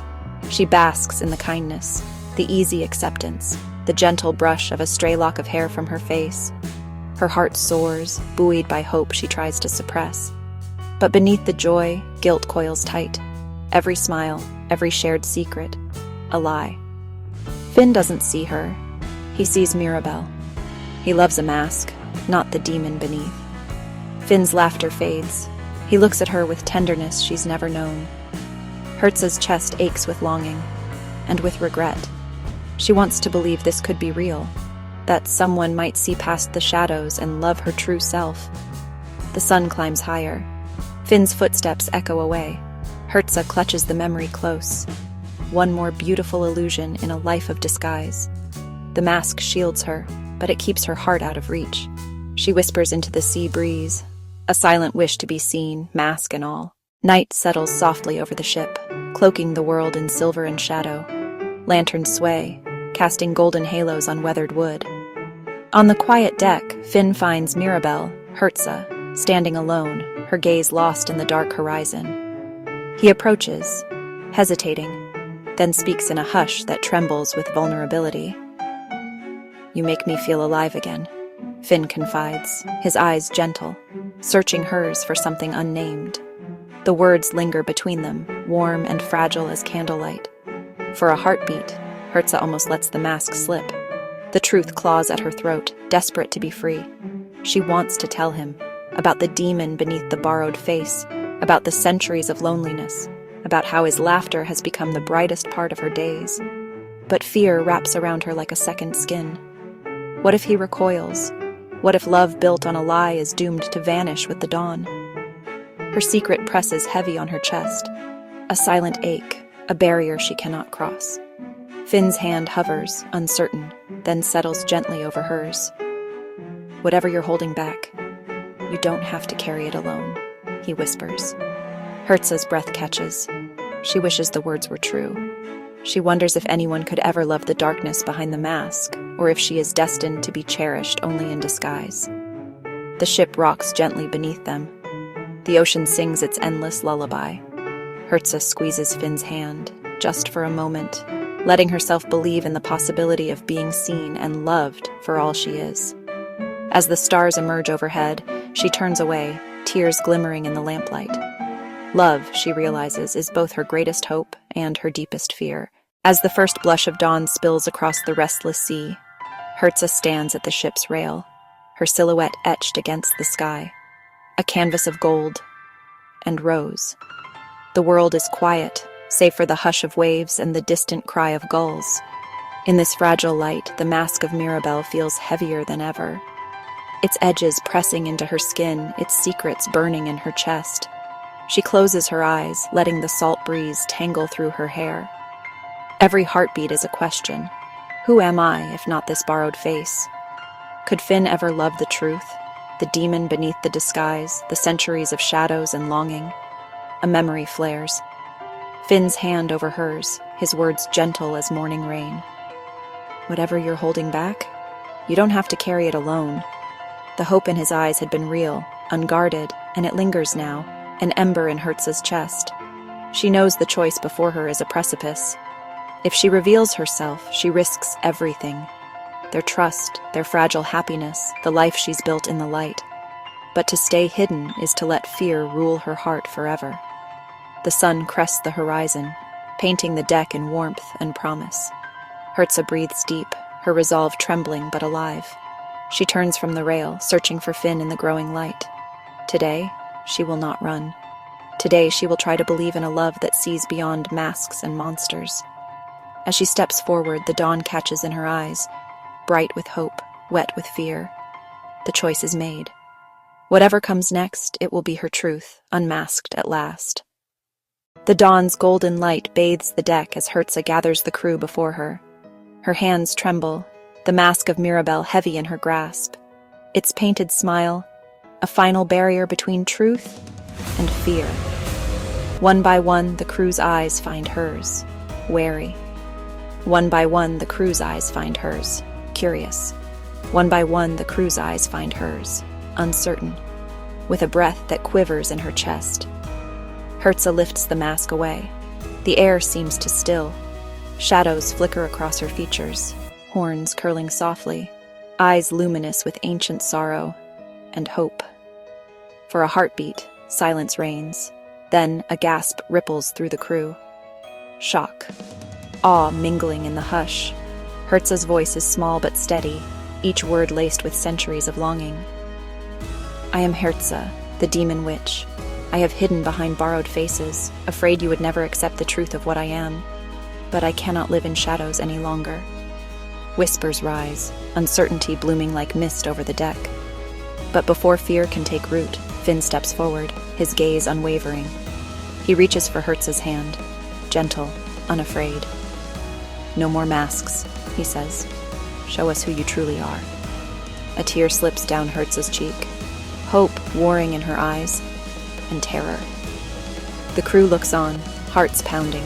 The dawn glimmers on the new, unmasked day. In this fragile light, Hertza stands, seen for the first time. Her truth shimmering in the sunrise, the future uncertain but hers to claim. The deck is quiet, the horizon painted in hues of promise. Hertza's hands tighten around the mask, her breath trembling as she steps forward. Her voice quivers. I was not always Hertza, she begins softly. I have been a shadow, a secret, a whisper in the dark. I have hurt others, and myself, hiding behind this mask. I wore it so you would not see the monster I believed I was. Her gaze lifts, searching the faces before her, fear flickering in her eyes. I was so afraid you would turn away, that I would lose the only family I've ever known. Silence settles, heavy as the morning mist. The crew listens, some with tears shining, others with furrowed brows. But Finn never looks away. He steps forward, his grip gentle as he takes her trembling hand. You are not your past, he says. You are Hertza, and you are welcome here. A shuddering breath escapes her, tears slipping down her cheeks. Not only sorrow, but relief. Around them, the crew draws closer. A nod from the captain, a soft smile from Miranda. Acceptance blooms in the hush, a fragile promise in the dawn. Together, they stand on the threshold of a new chapter, the weight of Hertza's truth shared and lightened by those who choose to stay by her side. As golden sunlight spills across the deck, Finn and Hertza walk side by side, their footsteps quiet but sure. The crew, once wary and distant, now greets Hertza with warm smiles, subtle nods. A silent chorus of welcome and forgiveness. Finn leans in, sharing a story from his childhood, his laughter ringing out, light and genuine. Hertza's eyes glimmer as she responds with a tale of mischief from her hidden past, the walls between them falling with each shared memory. They pause at the rail, gazing out at the endless horizon. The hush is filled not with fear, but with hope. A gentle breeze stirs, carrying the sound of distant gulls and the rustle of sails. Their hands brush, tentative at first, then steady. In the quiet moments between laughter and stories, a fragile love begins to bloom. It is not rushed nor certain, but it is real, nurtured by acceptance and the promise of new beginnings. As the sun rises higher, painting the world in possibility, Finn and Hertza stand together. The weight of secrets has lifted, replaced by the gentle unfolding of trust and the first trembling petals of love. Night wraps the ship in a velvet hush, the shimmer of stars overhead and the quiet glow of lanterns. Finn and Hertza at the bow, feet dangling over the dark sea. The world feels infinite and intimate. Only the creak of wood and the distant lapping of waves interrupt the silence between them. Finn turns, gaze steady, his voice barely a whisper. I have loved Mirabel. And now I love Hertza. I want to love all of you. Will you be both Hertza and Mirabel? Will you share both names, both hearts with me? For a moment, time holds its breath. Hertza's eyes brim with fear, hope, wonder.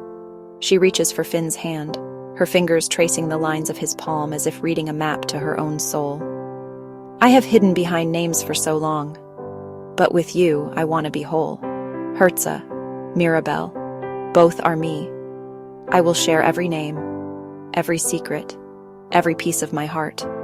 The stars seem to burn brighter as they sit together, names whispered, hearts unveiled. They find comfort in the promise of belonging.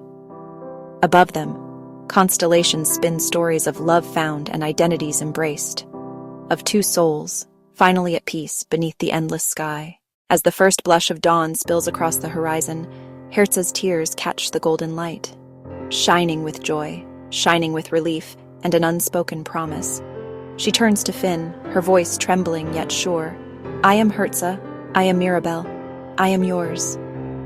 Their embrace is met by the distant cheer of the crew, laughter, applause, as lanterns flicker in the morning breeze. The ship, once shrouded in secrets, now sails beneath a sky alive with possibility. Together, Finn and Hertza, Mirabel, stand at the bow, hands entwined, eyes set on the endless sea. The horizon is no longer a line between past and future, a shared promise. Adventures yet to come, love unmasked, journeys taken side by side. As the sun rises, casting golden paths across the waves, their hearts beat in unison, united in truth, unafraid of the world ahead, ready to write the next chapter, together. But even as the sun warms the deck and new hope fills the sails, not every heart aboard the ship is ready to embrace Hertza's truth. In the quiet corners, whispers ripple like uneasy currents. Faces once familiar now turn away with guarded eyes, a dropped tool, a hesitant greeting, a circle that closes just before she enters. Reminders that trust, once broken, is not so easily restored. Hertza stands at the rail, the wind tugging at her hair, the weight of suspicion pressing down. She hears the doubts, old wounds reopened, fears rekindled by secrets revealed. Yet she does not shrink. With every wary glance, she lifts her chin higher. With every cold shoulder, she offers a gentle word, a helping hand. Below deck, she volunteers for the hardest chores, patching sails, tending wounds, sharing stories of her past not to excuse but to explain. Finn stands by her, steadfast, but this is a journey she knows she must walk herself. The days stretch on. Some hearts begin to soften. A quiet nod here, a shared laugh there. Hertza's resolve becomes her beacon, her kindness a bridge. Slowly the tide begins to turn, not with grand gestures, but with small acts of trust, courage, understanding. Acceptance, she learns, is not given all at once. It is earned moment by moment, choice by choice. And as the ship sails onward, so too does Hertza. Undaunted, determined, ever hopeful that one day every heart will sail with hers beneath the same rising sun. Night drapes the deck in silver-blue shadows. Hertza stands alone at the rail, the moonlight catching the glint of unshed tears in her eyes. The distant call of a gull fades into the hush of the waves. She clutches the wood, knuckles white, her heart heavy with the ache of being set apart. Footsteps echo softly behind her. Finn approaches, his presence quiet but unwavering. He stops beside her, close enough that their shoulders almost touch. For a long moment, neither speaks. The silence is full of pain, of hope, of words unspoken. Finally, Finn's voice breaks the stillness, gentle as the tide. "You know," he says, "you can find love even if you are a demon." He turns, searching her face, his gaze steady and kind. "I see more than your past, Hertza. Your courage, your kindness, the way you keep fighting for a place among us, even when it hurts." Hertza's breath catches. She looks away, voice trembling. "Sometimes it feels like I'll always be on the outside, like no matter what I do, I'll never be enough." Finn shakes his head, a small smile in his eyes. "You already are enough. You're not defined by what you were, but by who you choose to be now. And I choose to stand with you, no matter how rough the seas get." The wind stirs between them, carrying away the weight of old fears. Hertza turns, hope flickering in her gaze. Finn offers his hand, not as a savior, but as a companion. She takes it, fingers entwining, and for the first time in days, her smile is real. Above, the stars burn brighter. Below, the ship sails on, carrying two hearts side by side, learning that love can grow even in the shadow of the past. The ship drifts beneath a sky strewn with stars. Hertza's fingers tighten around Finn's. Silence settles, a hush that invites vulnerability. She inhales shakily, letting the words spill free. "I'm afraid, Finn, not just of what I am, but of what comes next. I'm terrified that if I let myself hope, if I let myself care, I'll lose everything again." Finn listens, his eyes reflecting the moonlight and hidden storms. He lets the silence linger, then speaks, his voice roughened by honesty. "You're not alone in that fear, Hertza. I haven't told many, but I'm divorced from Magria's mother. I lost my family because I couldn't be what they needed. I became a pirate not just for gold, not for glory, but because the sea's emptiness matched what I felt inside. Adventure was easier than facing what I'd lost." He glances down, the weight of his admission making him vulnerable. "I know what it's like to run from loneliness, to try to fill it with anything but the truth. But standing here with you, I realize maybe what we need isn't adventure. Maybe it isn't acceptance from everyone else. Maybe it's just someone willing to share the journey, shadows and all." Hertza's eyes shimmer with unshed tears, not sorrow, but understanding. She nods, her voice barely a whisper. "Maybe we can be enough for each other."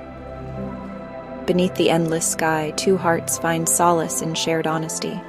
Not all wounds are healed, but together they chart a course into the unknown, guided by the courage to be seen, guided by the hope that vulnerability can be the beginning of belonging.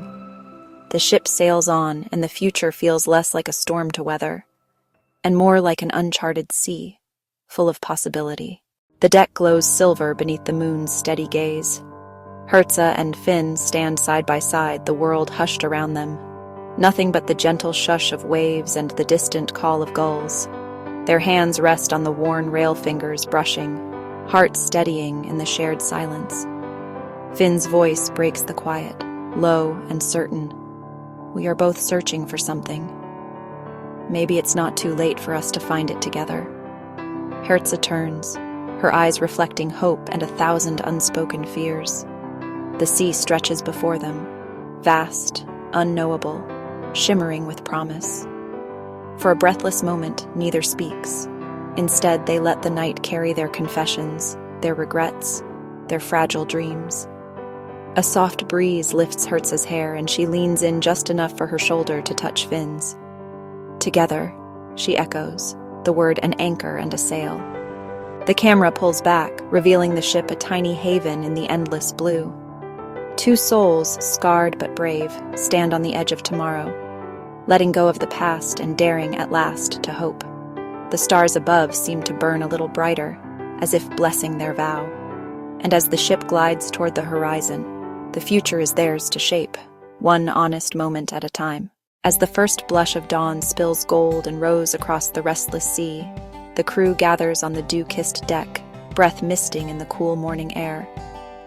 Finn and Hertza stand at the helm, shoulders squared, faces open to the new light. The hush is reverent, a moment suspended between night and day, past and possibility. Finn's voice, clear and unwavering, carries over the creak of rigging. We've all sailed through storms, lost ourselves in shadows, but love is possible for anyone, no matter your past or what you are. Even a demon deserves a second chance. Murmurs ripple through the crew. Surprise, understanding, hope. Hertza steps forward, her gaze sweeping across faces both familiar, wary.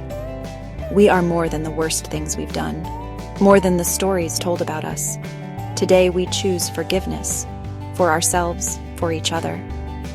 The sun crests the horizon, bathing every scar, every tearful eye, every hopeful heart in radiant light. For the first time, even the ship seems to breathe easier, sails filling with purpose. Finn's hand finds Hertza's, strong and sure.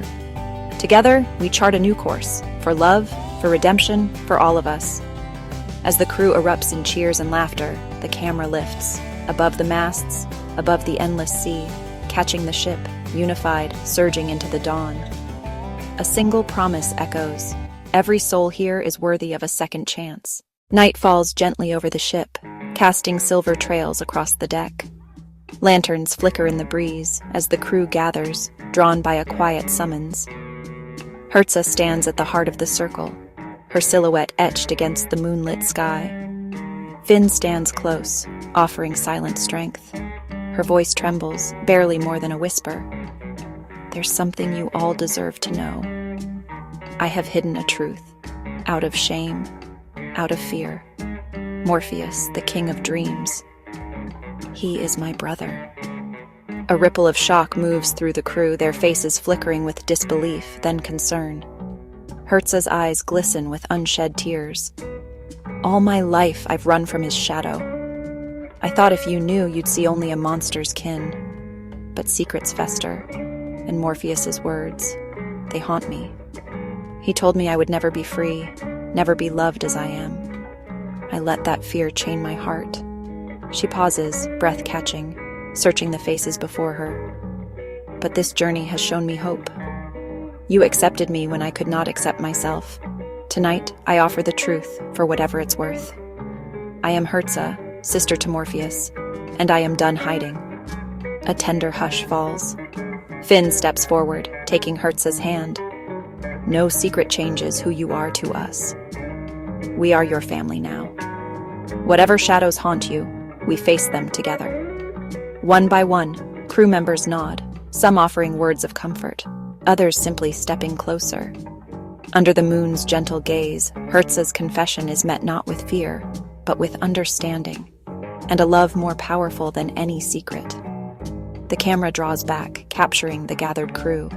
United beneath the stars, hearts unburdened, ready to face whatever dreams or nightmares may come.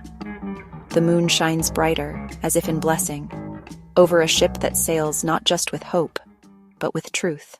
The silence lingers, heavy and fragile, as Hertza's confession hangs in the cool night air. Lanterns sway, casting wavering patterns across anxious faces. Hertza draws a trembling breath, her gaze distant, as if peering into a world only she can see. My brother Morpheus, her voice quivers. He is not only the king of dreams, but the keeper of memory's deepest shadows. The crew leans in, curiosity. The crew leans in, unease. He walks where we are most vulnerable, our sleep. He shapes our nightmares. He twists our memories, until we doubt even our own hearts. A shudder passes through the circle. Hertza's hands clench at her sides. He came to me night after night. His voice was cold, his words like chains, her eyes glisten in the moonlight. He told me love was a lie for monsters like us. That no matter how far I ran, I would always be alone. He made me see my own fears, my failures, again and again, until I believed I could never belong. A gentle breeze stirs, the sails whispering overhead. Finn's hand finds hers, grounding her in the present. Herza's voice steadies, a flicker of defiance lighting her features. But you, she looks around at each face. You broke his spell. Your kindness. Your faith. It reminded me that I am more than his shadow. The crew exchanges glances, some haunted by their own memories. The crew exchanges glances, others moved by Herza's strength. A hush of empathy settles among them, as if each heart beats a little closer in the moonlight. We all carry shadows, Finn murmurs, but they don't define us. A soft murmur of agreement ripples through the crew. Herza stands a little taller, hope shining in her eyes. Above, the moon watches over them, bright and unwavering, a silent promise that even the deepest shadows can be overcome. Together, the deck is quiet, the hush of midnight wrapping the crew in a cocoon of shared vulnerability. Herza sits at the edge of the lantern light, eyes tracing ripples on the water below. I remember the first time Morpheus held my hand. Soft, a whisper. A memory flickers, a brother's laugh, warm and bright, echoing in sunlit corridors. Before dreams became weapons, before shadows had names, he would tell me stories, stars that sang, worlds where no one was ever alone. But the warmth fades, replaced by a growing distance. As we grew, something changed. Morpheus grew quiet, withdrawn. His eyes carried storms I couldn't calm. The night he stood at my door, silhouette against the moonlit hall, he told me I was different, that I would never belong. My fate was to walk alone, to wear masks so no one would see the truth of me. The words settle heavy in the air, the crew feeling the cold echo. Every choice I made, every mask I put on, was to escape his words. But the harder I ran, the deeper they burrowed into my heart. She looks up, meeting the gaze of her friends. His prophecy shaped me. It twisted my dreams. It haunted my waking hours. I believed I was broken, destined to be a shadow among the living. Finn's voice, gentle. You are not your brother's prophecy, Herza. A shiver passes through Herza. Her eyes are resolute. For the first time, I want to believe that. Because of all of you. A silent promise. Acceptance. Found family. Hope that even the weightiest prophecy can be defied. The lanterns flicker. The shadows retreat. Herza's heart for a moment feels lighter than it ever has before. Finn moves quietly across the deck. The hush of midnight is all around. The creak of wood.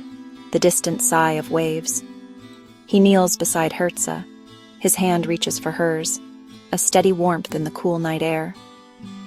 Herza, Finn's voice is steady.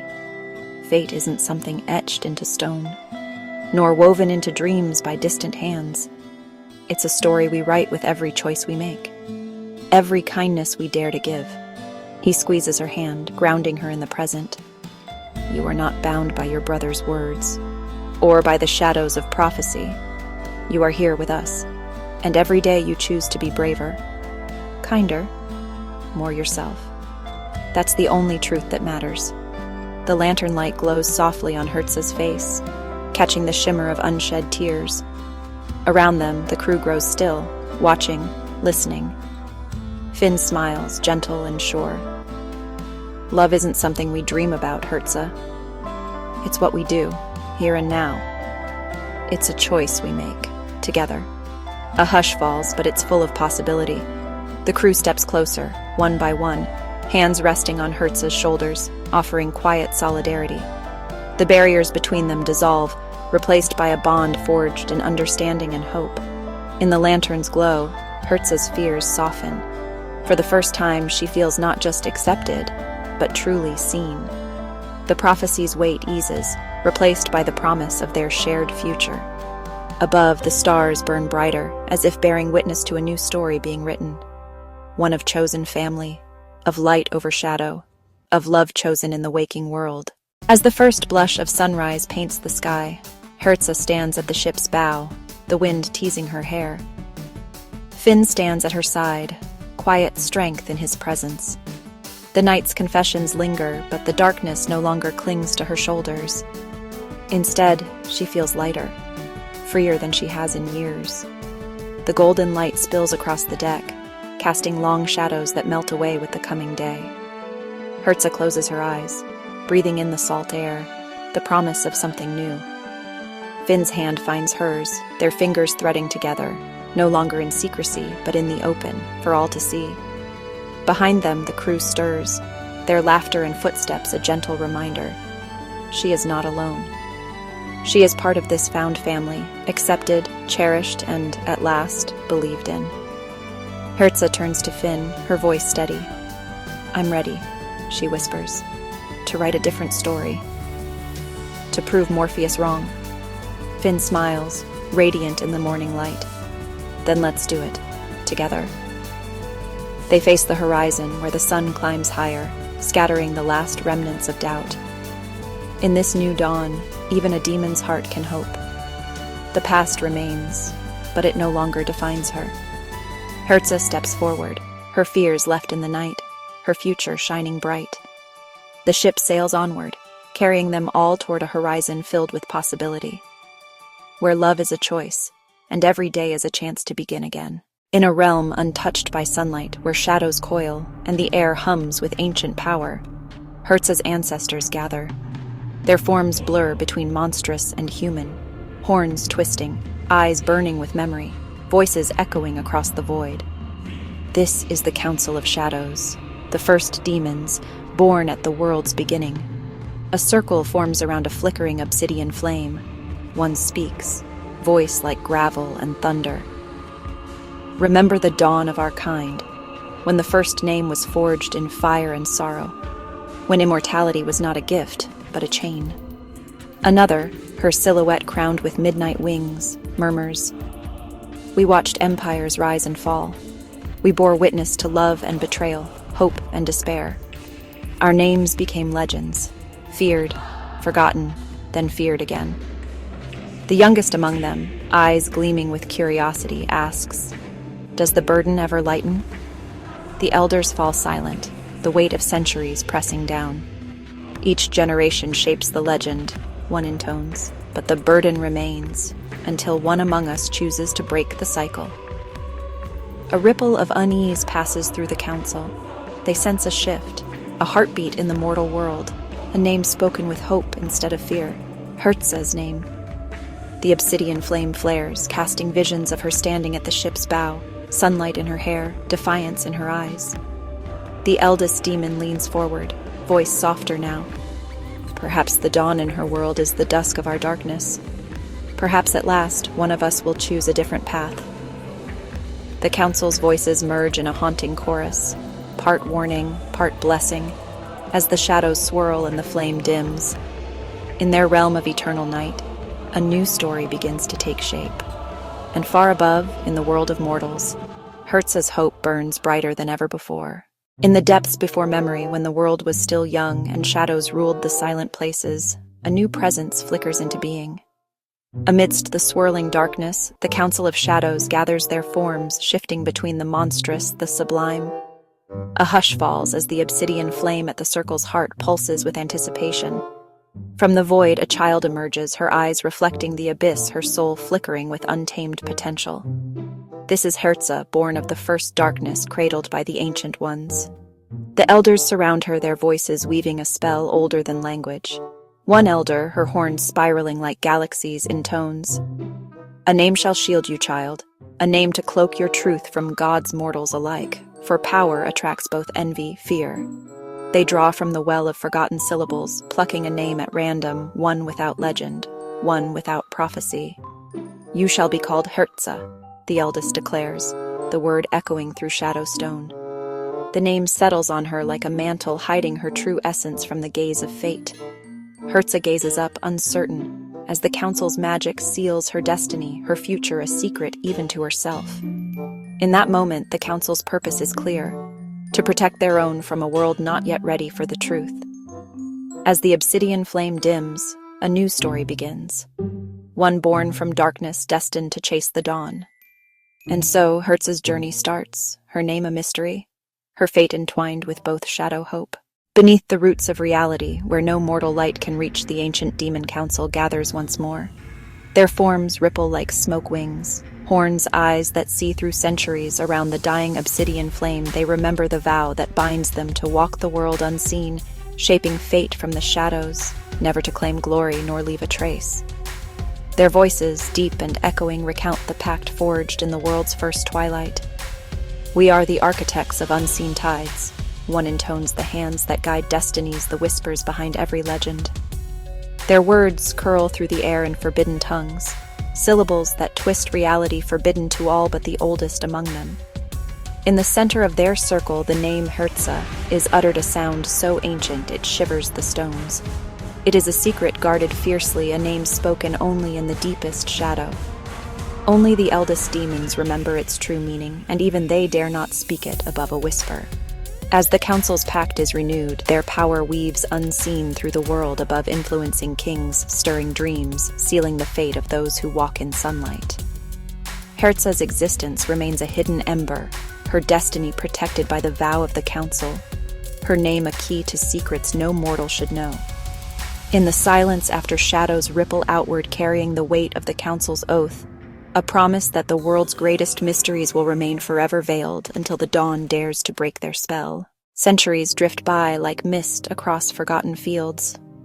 Herza moves through the world, her form shifting with each era, her name morphing to match the tongues of mortals. In marble halls, on wind-swept moors, and bustling city streets, her presence lingers, invisible yet vital, a thread woven through the endless tapestry of time. Yet each night, as shadows gather and the world grows quiet, she is visited by dreams. In these visions, the echo of her first name, a name whispered by her ancient kin in the world's earliest twilight, calls to her from the depths of memory. The syllables are foreign now, their weight presses upon her heart, heavy with the promise and burden of her origins. She walks through dreamscapes of fire, dreamscapes of stone, sees the faces of those who first named her. Horned and ageless, their eyes bright with secrets. Their voices murmur in forgotten tongues, urging her to remember, to reclaim the legacy that pulses in her blood. Herza wakes with the taste of the ancient name on her lips, its power both comfort and curse. By day, she wonders, is she merely a vessel for the legacy of those first shadows? Or is her destiny her own, to shape beyond the reach of the council's vow? The question haunts her, a melody that refuses to fade.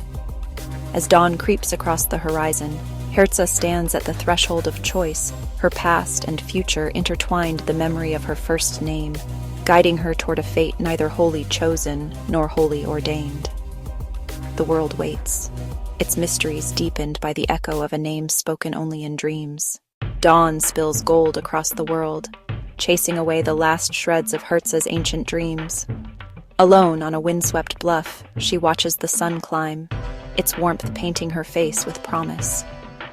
For centuries, her name was a shifting mask, a melody shaped by the tongues of mortals, the will of those who came before. But now, in the hush of morning, Herza understands. Her strength was never bound to syllables or the shadow of her origins. She breathes deep, feeling the weight of the first demons, their legacy pulsing quietly in her veins. Yet, she is more than inheritance. Every choice, every kindness, every rebellion has carved her path, shaping her into something new. She is not just the echo of the first name, but the voice that rises beyond it. As the sun crests the horizon, Herza steps forward. The world is uncertain, its mysteries still deep and tangled. But she is ready. With each step, she forges a future not dictated by prophecy or shadow, but by her own will. The legacy of the first demons lives on, but Herza's story, her true story, begins now. And somewhere in the wind, the ancient name fades, replaced by the quiet power of her own becoming. The morning mist clings to the shore. Herza's footsteps press quietly into the damp sand. Each wave whispers secrets, salt, memory swirling in the cool air. She pauses, senses sharpening. Someone else is here. From the fog, a figure emerges. Morgana. Her silhouette framed by drifting seaweed, the shimmer of tide-worn jewels. For a moment, both stand frozen, the years stretching between them like the restless ocean. Morgana. It's been a long time. Morgana's lips curl into a hesitant smile, her eyes searching Hertza's face. Longer than I care to admit. The tides have carried us far, haven't they? Silence settles, heavy with what's been left unsaid. Hertza glances at the distant horizon, then back at her old companion. I never thought I'd see you here again, not after everything. Morgana's gaze softens. Neither did I. But some things, some names, are never truly lost to the sea. A gull cries overhead. Hertza laughs unexpectedly, the sound breaking the tension. Remember the storm at Blackwood Cove? How we stole the lanterns and danced until dawn? Morgana's laughter joins hers, the years melting away. And you nearly set your cloak on fire. The look on your face. They both smile, memories flooding in with the tide. Hesitation fades, replaced by warmth and the unspoken understanding that, though changed, they are not alone. As the mist lifts, Hertza and Morgana walk side by side along the shore, their conversation weaving old stories with new hopes. The world is uncertain, but in this moment, the gentle tide brings the promise of healing and the beginning of something more. The mist thins as Hertza and Morgana stroll along the water's edge, their footprints trailing behind, quickly erased by the tide.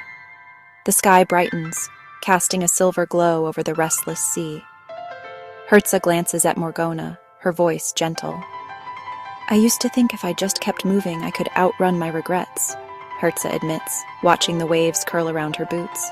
But every shore I reached, there they were, waiting. Morgana walks quietly for a moment, then nods. I know that feeling. I've spent years hiding from the shadows of my choices. Sometimes I wondered if I'd ever deserve a second chance. They pause, letting the sound of the ocean fill the silence. Hertza nudges Morgana's shoulder, a playful glint in her eyes. Remember when we tried to sail the old fishing boat with nothing but a bedsheet and a broomstick? Morgana bursts out laughing, her voice ringing over the surf. You were so sure we'd reach the far islands. We didn't even make it past the jetty. Laughter ripples between them, bright and easy, echoing over the sand. The weight of old wounds begins to lift, carried out with the tide. As they walk, sharing stories of misadventures and quiet confessions, a gentle warmth grows between them, one born of understanding and forgiveness. Hertza squeezes Morgana's hand, her eyes shining. We can't change the past, she says softly, but we can choose what comes next. Together they step forward side by side, leaving behind not only footprints but the first traces of hope. The mist has faded, but the air still hums with the memory of what was lost and found. Hertza and Morgana settle onto an old driftwood log, the wood smooth beneath their hands, the sea whispering just beyond their feet. The world feels quiet, sacred somehow, as if holding its breath for their next words. Hertza stares out at the horizon. Sometimes I wonder if all my choices have been nothing but steps in the wrong direction. But I want to be better. I want to be someone who brings light, not shadows. Morgana nods, her fingers tracing the grain of the driftwood.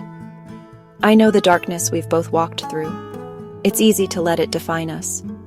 But I'm tired of running from it. I want to make things right, not just for others, but for myself. A gull cries overhead. Hertza turns to Morgana, her eyes earnest. Let's make a promise. If either of us starts to slip, back into old habits, fears, doubts, we'll remind each other of this moment. We'll help each other stay on this path, no matter how hard it gets. Morgana smiles, a tear glimmering at the corner of her eye. I promise, she whispers, her voice fierce with hope. We'll walk forward together. We'll be the people we always hoped we could become. Their hands find each other's, fingers entwining like roots anchoring them to the earth.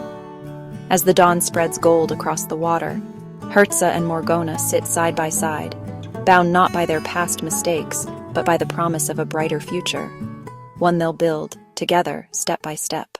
As the first rays of sunlight spill across the quiet shore, Herza draws a steady breath, the warmth of the new day painting her features with courage. The gentle hush of the waves is a promise in itself, a world ready to begin again. Morgana, there's something I want to share. In all the chaos and shadows, I never believed anyone could truly see me.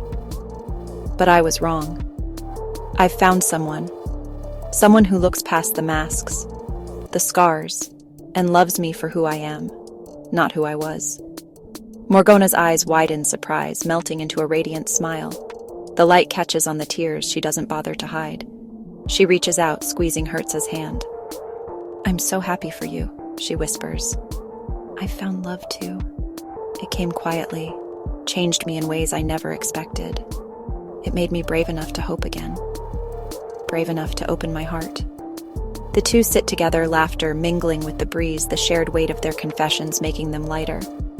They are not just survivors of the past, they are dreamers of the future, a heart newly opened seeing themselves reflected in the other's happiness. The sun climbs higher, golden and kind, side by side. They watch the world awaken hearts, unveiled love anchoring them to this new dawn. The world is still, awash in the golden hush of early morning. Herza and Morgana, hearts unburdened, stand together at the edge of the water, their silhouettes outlined by the promise of a new day. Without words, they embrace, holding tight to the warmth of forgiveness and the hope of tomorrow. The gentle surf laps at their feet, a quiet witness to the vows they make, not just to each other, but to the selves they are becoming. Herza whispers, her voice steady, "No matter where our paths lead, I'll be here. For you, for me, for the love we've found." Morgana nods, her eyes shining with gratitude. We'll lift each other up. We'll be good. We'll cherish every moment, every second chance. As the sun crests the horizon, painting the sky in hues of possibility, they stand side by side. The past is behind them, the future unwritten, and in this dawn they are simply two souls, hopeful, brave, and free. The scene lingers on their faces, soft smiles, hands clasped, before fading to the endless open sky. As the sun climbs higher, the gentle hush of dawn gives way to the restless spirit of the frontier. Morgana, the sea witch, steps from the mists of memory into the dust-choked streets of a town on the edge of legend. Her cloak billows in the wind, salt sea fern clinging to her presence, a ripple of strangeness in a land ruled by grit and gunpowder. The townsfolk pause, eyes narrowing, hands hovering near holsters.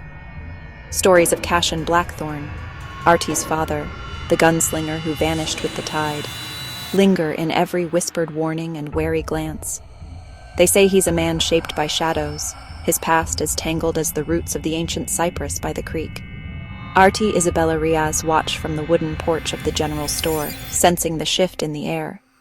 The scent of magic rides on the wind, subtle but unmistakable.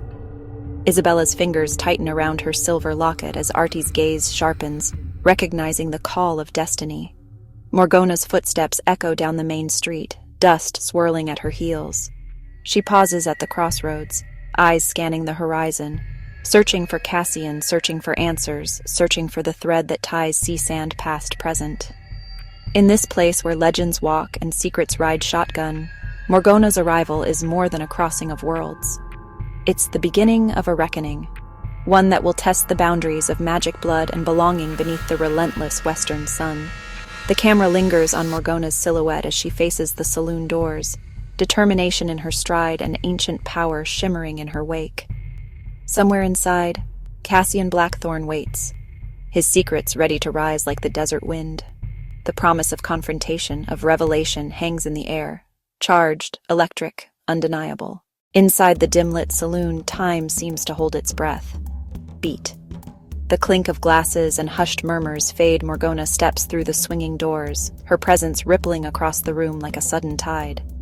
Cassian Blackthorn sits alone at a weathered table, hat tipped low, hands folded, one resting near his holstered revolver, the other gripping a glass that trembles ever so slightly. Their eyes meet, steel and storm. Cassian's gaze sharpens, haunted by recognition but laced with respect. Morgana stands tall, her voice calm yet edged with the weight of distant oceans. Morgana, your shadow runs long, Cassian Blackthorn, but not long enough to outrun the tide. Cassian. And you carry salt and secrets like a badge. What brings a sea witch to my crossroads? A pause. The air crackles with unspoken histories. Morgana. The same thing that brings every lost soul here. Unfinished business. Yours and your daughter's. Cassian's fists tighten. Cassian. Artie's path is hers to walk. I can't shield her from the world, nor from what I've done. Morgana, softening but unyielding. No shield is perfect, Cassian, but the tide brings second chances. Will you take it, or let it slip away? From the shadows near the staircase, Artie and Isabella watch, their faces half lit by lamplight and hope. Artie's heart races, her father, the myth, unraveling before her eyes. Isabella clutches the silver locket, sensing the shape of fate as it shifts in the smoky air. Cassian meets Morgana's gaze, the weight of his past pressing down, but something new flickering in his eyes. Cassian, maybe it's time for the truth, for all of us. The camera pans to Artie and Isabella, wide-eyed, uncertain, but drawn to the promise of revelation. In this charged silence, destinies entwine, and the saloon becomes a crucible where history, magic, and bloodlines collide beneath the relentless western sun. The saloon's tense quiet shatters. The doors slam open.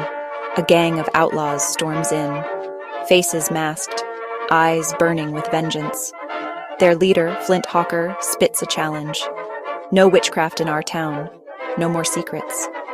The townsfolk scatter, fear rippling across the battered floorboards. Cassian rises, his voice steely. You'll find no easy prey here, Hawker. But the gang fans out. Revolvers gleaming. Morgana's eyes flash ocean blue. With a whispered incantation, the air thickens. Lantern flames flicker. A spectral mist coils around her. Hawker sneers, firing a shot. Morgana deflects it with a wave, saltwater swirling midair. Cassian's hand blurs. His revolver sing. Bullets splitting the mist, a subtle shimmer of magic dances at his fingertips. Artie, hearts pounding, refuses to hide. Isabella, hearts pounding, refuses to hide. Artie flings a glass, shattering it at an outlaw's feet. Isabella channels a protective charm, her locket glowing in her palm. Together they weave through chaos, surprising the outlaws with their bravery. Flint lunges for Morgana. Cassian intercepts. His gun empty. He utters a forgotten spell, his palm crackling with runes as he knocks Flint aside. Morgana lifts her arms, calling forth a wave that sweeps the remaining outlaws off their feet, pinning them harmlessly to the wall. As the dust settles, Cassian and Morgana stand side by side. Magic and grit, past and present. Artie catches her breath. Isabella catches her breath, grinning through adrenaline and awe. The saloon, battered but unbroken, echoes with the promise of new alliances. Tonight, under the relentless western sun, old grudges dissolve, and the true strength of kinship and courage shines brighter than ever before. Night settles gently over the battered town, the last echoes of chaos replaced by the soft crackle of a campfire beneath the starlit sky. Cassian sits with Morgana, Artie, Isabella, their faces illuminated in the warm glow. Shadows flickering across their weary smiles, Cassian's voice breaks the quiet. Steady but tinged with vulnerability. I wasn't always the man you see now. I made choices. Some I'd give anything to undo. But tonight, watching you all stand your ground, I reckon there's hope, even for a stubborn old gunslinger like me. He glances at Artie, pride and regret mingling in his gaze. My hope is you'll never have to carry the burdens I did. That you'll carve your own path, brighter than mine ever was. Artie squeezes his hand, her eyes shining. You taught me to stand tall, even when the world tries to knock me down.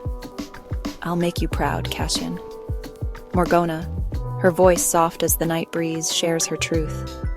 Magic's marked me an outcast more times than I care to count. But here, with you, fighting, laughing, surviving, I remember there's power in belonging, too. Isabella nods, her locket glinting in the firelight. We're all outsiders here. But maybe that's what makes us a family. The four sit in companionable silence, letting the warmth of the fire and their newfound kinship chase away the chill of old wounds. Above, the stars wheel quietly, bearing witness to the birth of a bond forged not by blood, but by courage, acceptance, hope for the road ahead. The night deepens, but around this fire, the promise of belonging burns brighter than ever. As the first blush of dawn spills across the rugged horizon, the campfire's embers fade. Morgana stands beside Cassian, their silhouettes etched in the early morning light. Two guardians bound by hard-earned trust. Morgana's voice, steady and resolute, cuts through the hush.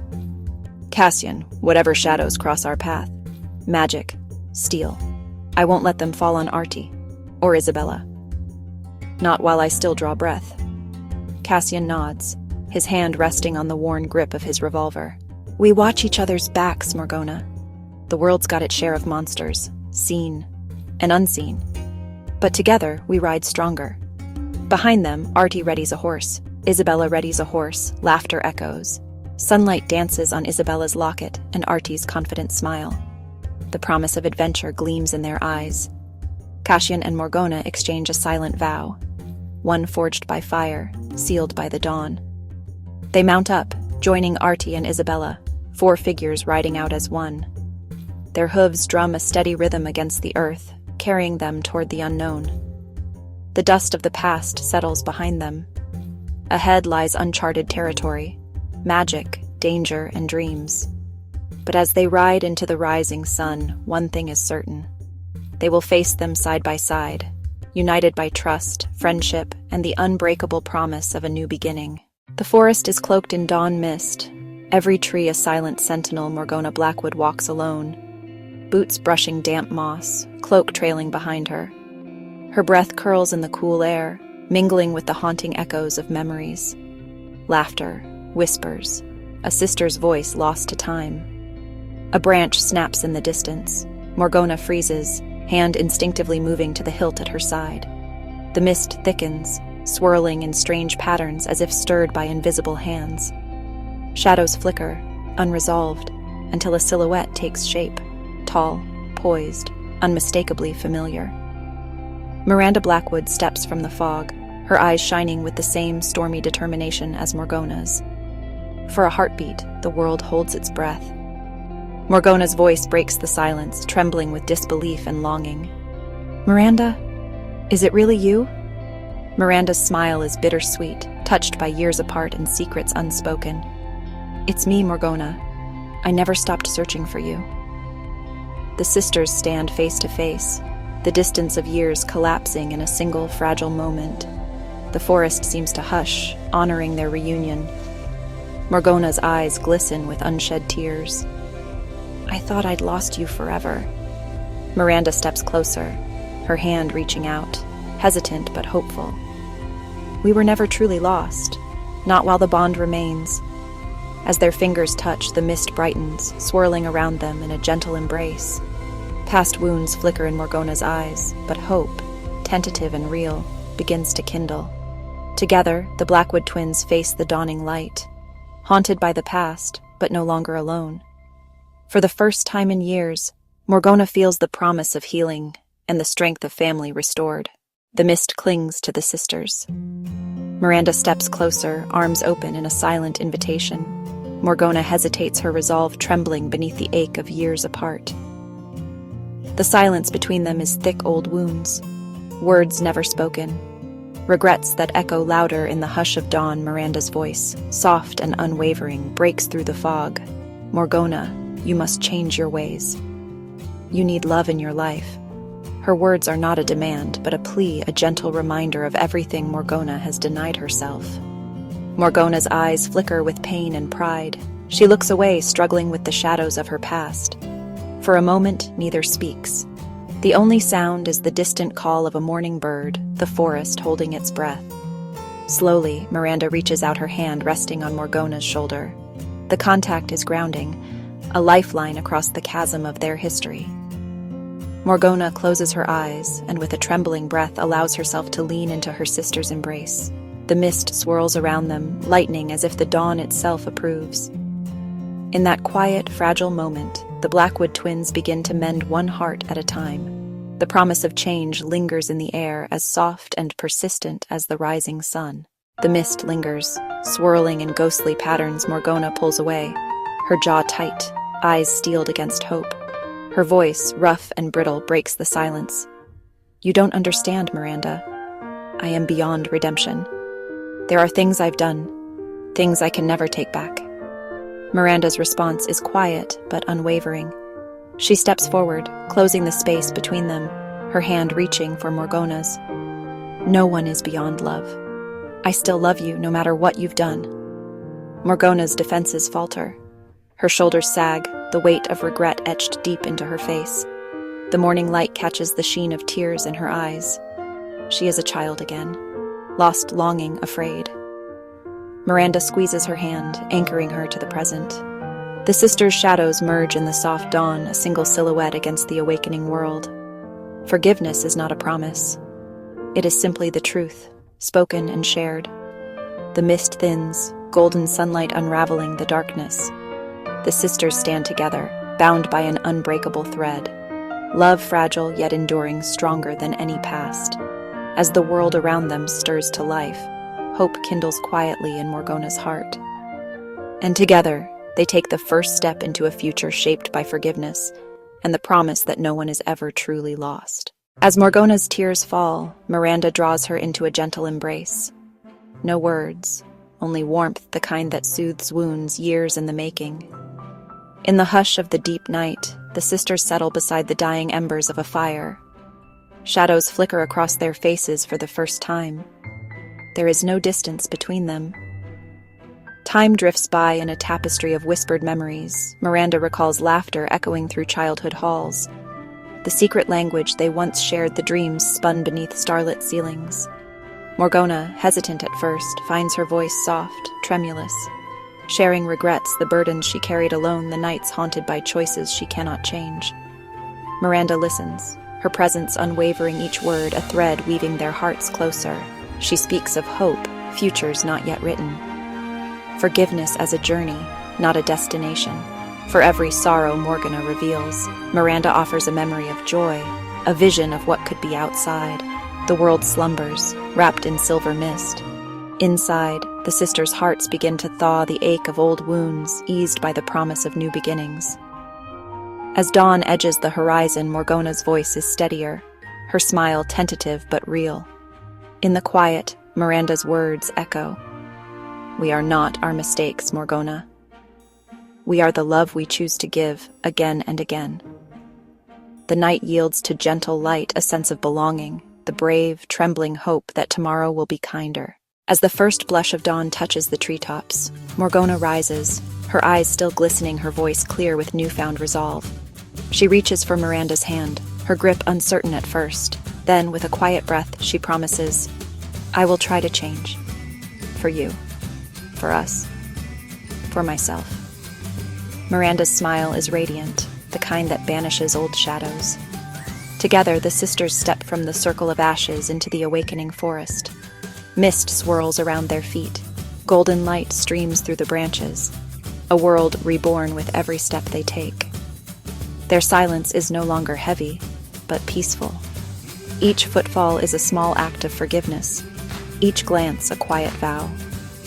The wounds of the past do not vanish, but they soften, their edges dulled by understanding and the gentle courage of beginning again. As they emerge from the woods, side by side, the horizon stretches before them, endless, inviting. The promise of a new chapter shimmers in the morning air. United by forgiveness, by love freely chosen, the sisters walk on, towards hope, towards healing, towards a future they will shape together. The forest behind them holds their secrets, but the path ahead is theirs alone, bathed in the promise of dawn. In the quiet hush of early morning, the castle courtyard stirs to life. Athos, Aramis, Porthos. They stand in a loose circle, laughter lingering in the air.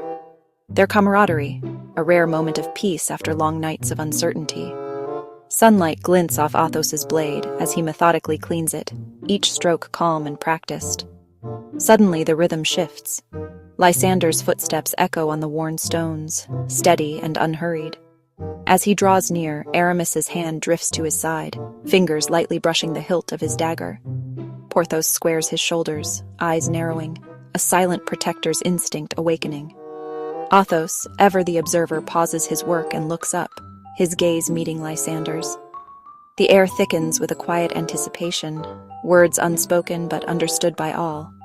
Lysander stops a few paces away, his posture respectful, his voice even as he offers a simple greeting. Hello?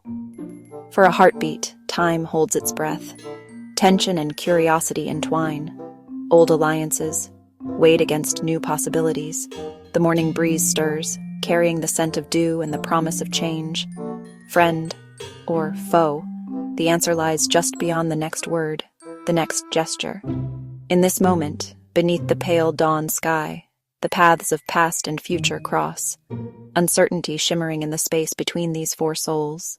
As Lysander's greeting hangs in the crisp morning air, an uneasy silence settles over the courtyard. Aramis, Porthos, their bodies easing fractionally but their eyes never leaving the newcomer.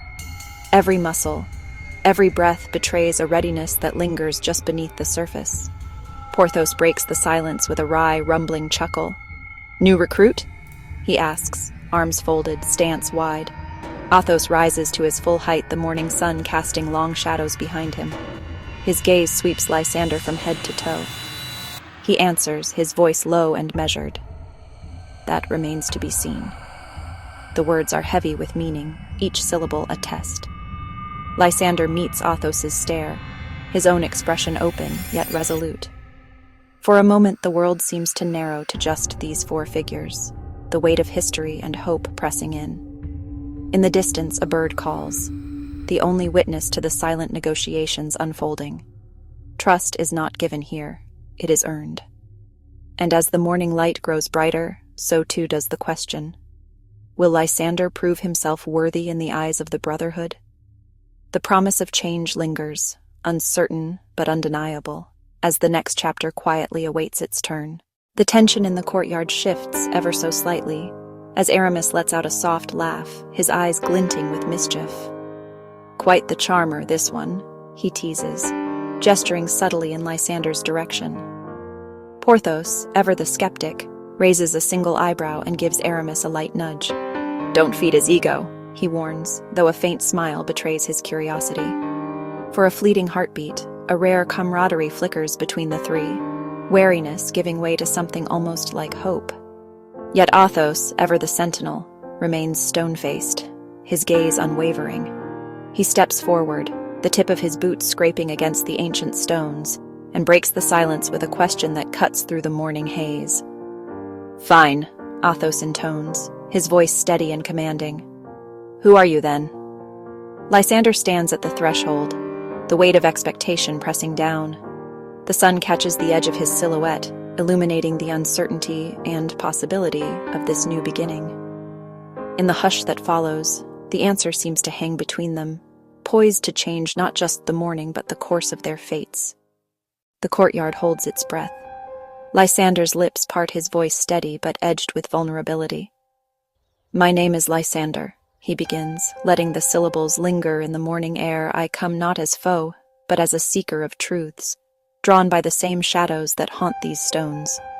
Aramis leans forward, curiosity flickering in his eyes. Porthos folds his arms, a thoughtful frown creasing his brow. Athos, unmoved, narrows his gaze. Secrets, HM, he intones. That doesn't exactly inspire trust. Lysander meets Athos's stare, the weight of unspoken histories between them. I know trust is earned, not given, he replies quietly. But I believe our paths are meant to cross. There are answers I seek, answers hidden in this very dawn. A hush falls, broken only by the distant call of a morning bird. Athos's stance softens, but only just. And what exactly are you doing here, Lysander? He demands. Lysander's gaze sweeps across the trio. I'm here to help, if you'll let me. The dangers that gather aren't mine alone to face. I believe our fates are entwined, whether by chance or by choice. For a heartbeat, the courtyard is silent, the first rays of sunlight painting hope and doubt in equal measure. The strangers stand on the cusp of alliance, or something far more uncertain. The courtyard's silence stretches, the morning sun casting long, uncertain shadows across the worn stones. Lysander lifts his chin, voice quietly resolute. It's duty that brought me here, each word measured, as if weighed against the doubts in every gaze. Athos's eyes narrow, the edge in his stance dulls, curiosity flickering beneath his guarded exterior. Still, he offers no open trust. Porthos steps forward, brow furrowed. You're being awfully vague, mate. What kind of duty? Lysander's gaze drops for a heartbeat, searching for words that won't betray him, or them. The kind that binds you even when you wish it wouldn't, he answers, his tone layered with experience and regret. A promise made, a name carried, a shadow that won't let you rest. The three share a silent look. Tension and understanding mingle in the space between. Porthos's eyes narrow further, a hint of challenge. And what would you know about what we do? Lysander meets his stare, the morning light catching the determination in his eyes. Enough to know you carry burdens not meant for one alone. Enough to recognize the cost of silence and the price of trust. For a moment, nothing moves but the drifting dust in the golden dawn.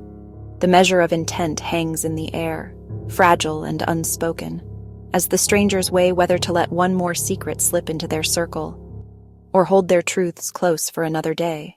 The tension in the courtyard lingers, until Lysander, with a sly grin, glances over the trio.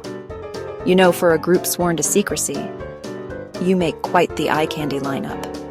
A beat of stunned silence, Aramis bursts into laughter, the sound ringing clear in the morning air.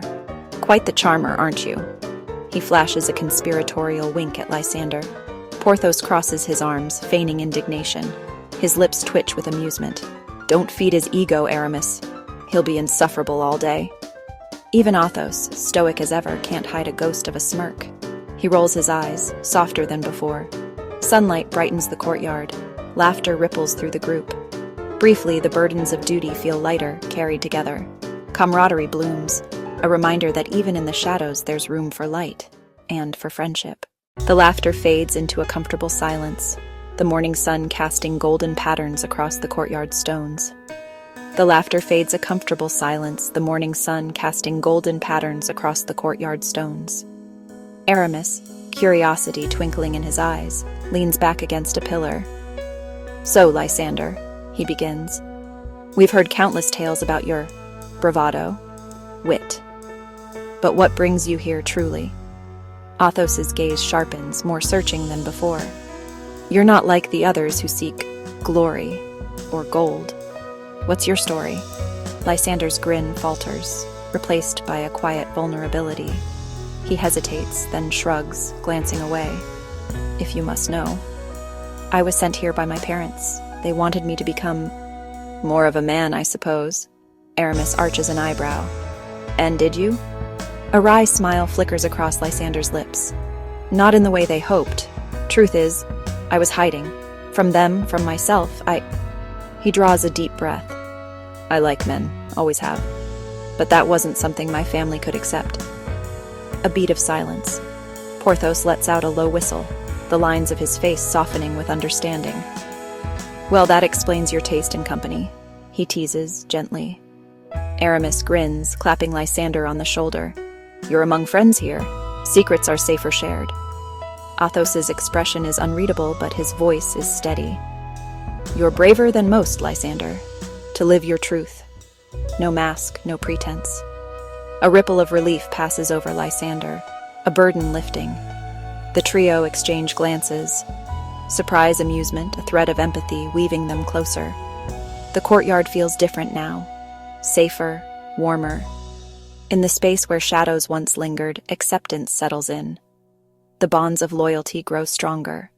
Not in spite of their differences, but because of them. The golden light lingers as Lysander, emboldened by acceptance, glances at each of the musketeers. His voice, steady but edged with uncertainty, breaks the silence. Have any of you ever felt the same? Like me, I mean? The question hangs in the air, unexpected, raw. Aramis's playful demeanor falters, his gaze dropping to the sunlit stones. Porthos shifts, clearing his throat, words lost somewhere between honesty and hesitation. Athos's eyes narrow, not in judgment but in contemplation. For a heartbeat, no one speaks. The courtyard moments ago, a haven of laughter, now feels like sacred ground. Athos is the first to answer, his tone quiet but unwavering.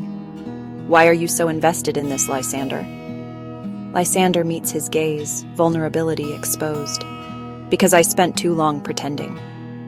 I want to know if I'm truly alone, or if there's more to our brotherhood than sword secrets." The weight of his admission settles among them. Aramis finally looks up, a hesitant smile flickering. "We all wear masks, Lysander, some heavier than others." Porthos nods, voice gruff but kind. "Maybe the only thing that matters is that we're here, no matter what brought us." The three musketeers share a glance, a moment of silent understanding. In the warmth of the morning sun, unspoken truths are acknowledged. The bonds between them, tested and tempered by honesty, grow stronger still. For the first time, Lysander feels the full measure of belonging, not just as a comrade, but as himself. A playful breeze stirs the laurels as the silence is gently broken. Aramis leans in with a mischievous grin audible in his voice. "So, Lysander, you're looking for love, eh? And you think you'll find it here? Soldiers with calloused hands and questionable table manners?" Lysander's cheeks flush, but his smile is genuine.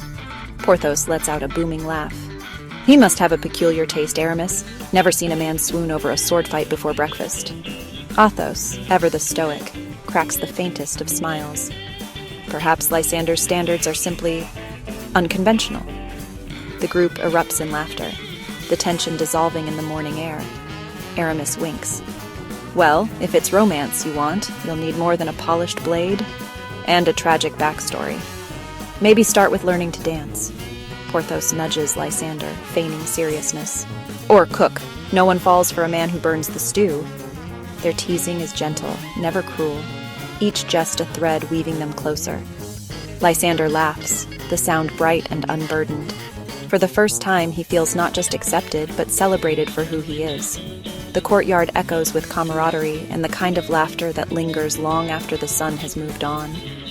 Honesty, humor, and the promise that no one among them will ever truly be alone.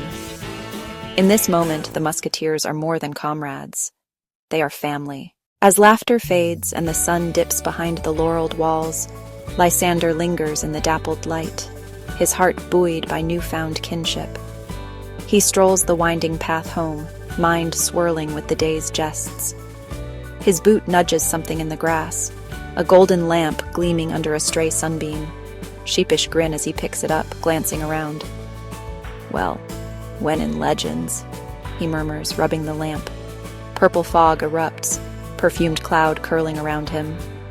From the fog, Orion appears with a dazzling smile, eyes shimmering like the dusk sea. "3 wishes, if you can handle them." Orion purrs, arms crossed. Lysander laughs, breathless. "You're awfully confident for someone who just spent a century in a lamp." Orion leans in, voice low. "Careful, I might grant you more than you bargained for." Cheeks flush, steady gaze. "Then I wish for your freedom, Orion, and I want you to be my boyfriend." The air stills. Surprise flickers on Orion's face, then a slow, delighted grin. Most mortals wish for riches, or power. "You wish for me?" Lysander shrugs with mischief. "I'm not exactly mortal." He steps back, water pools at his feet. His tail unfurls, scales catching the last light. Orion laughs, echoing under the laurels. "A merman? Now that's a first." Purple mist curls. Orion's hand finds Lysander's. Magic crackles between them. One free, both unburdened, curiosity shimmering, affection shimmering between them. "Looks like I got the best wish of all," Orion whispers. Lysander's laughter joins the night breeze, their story just beginning beneath the laurel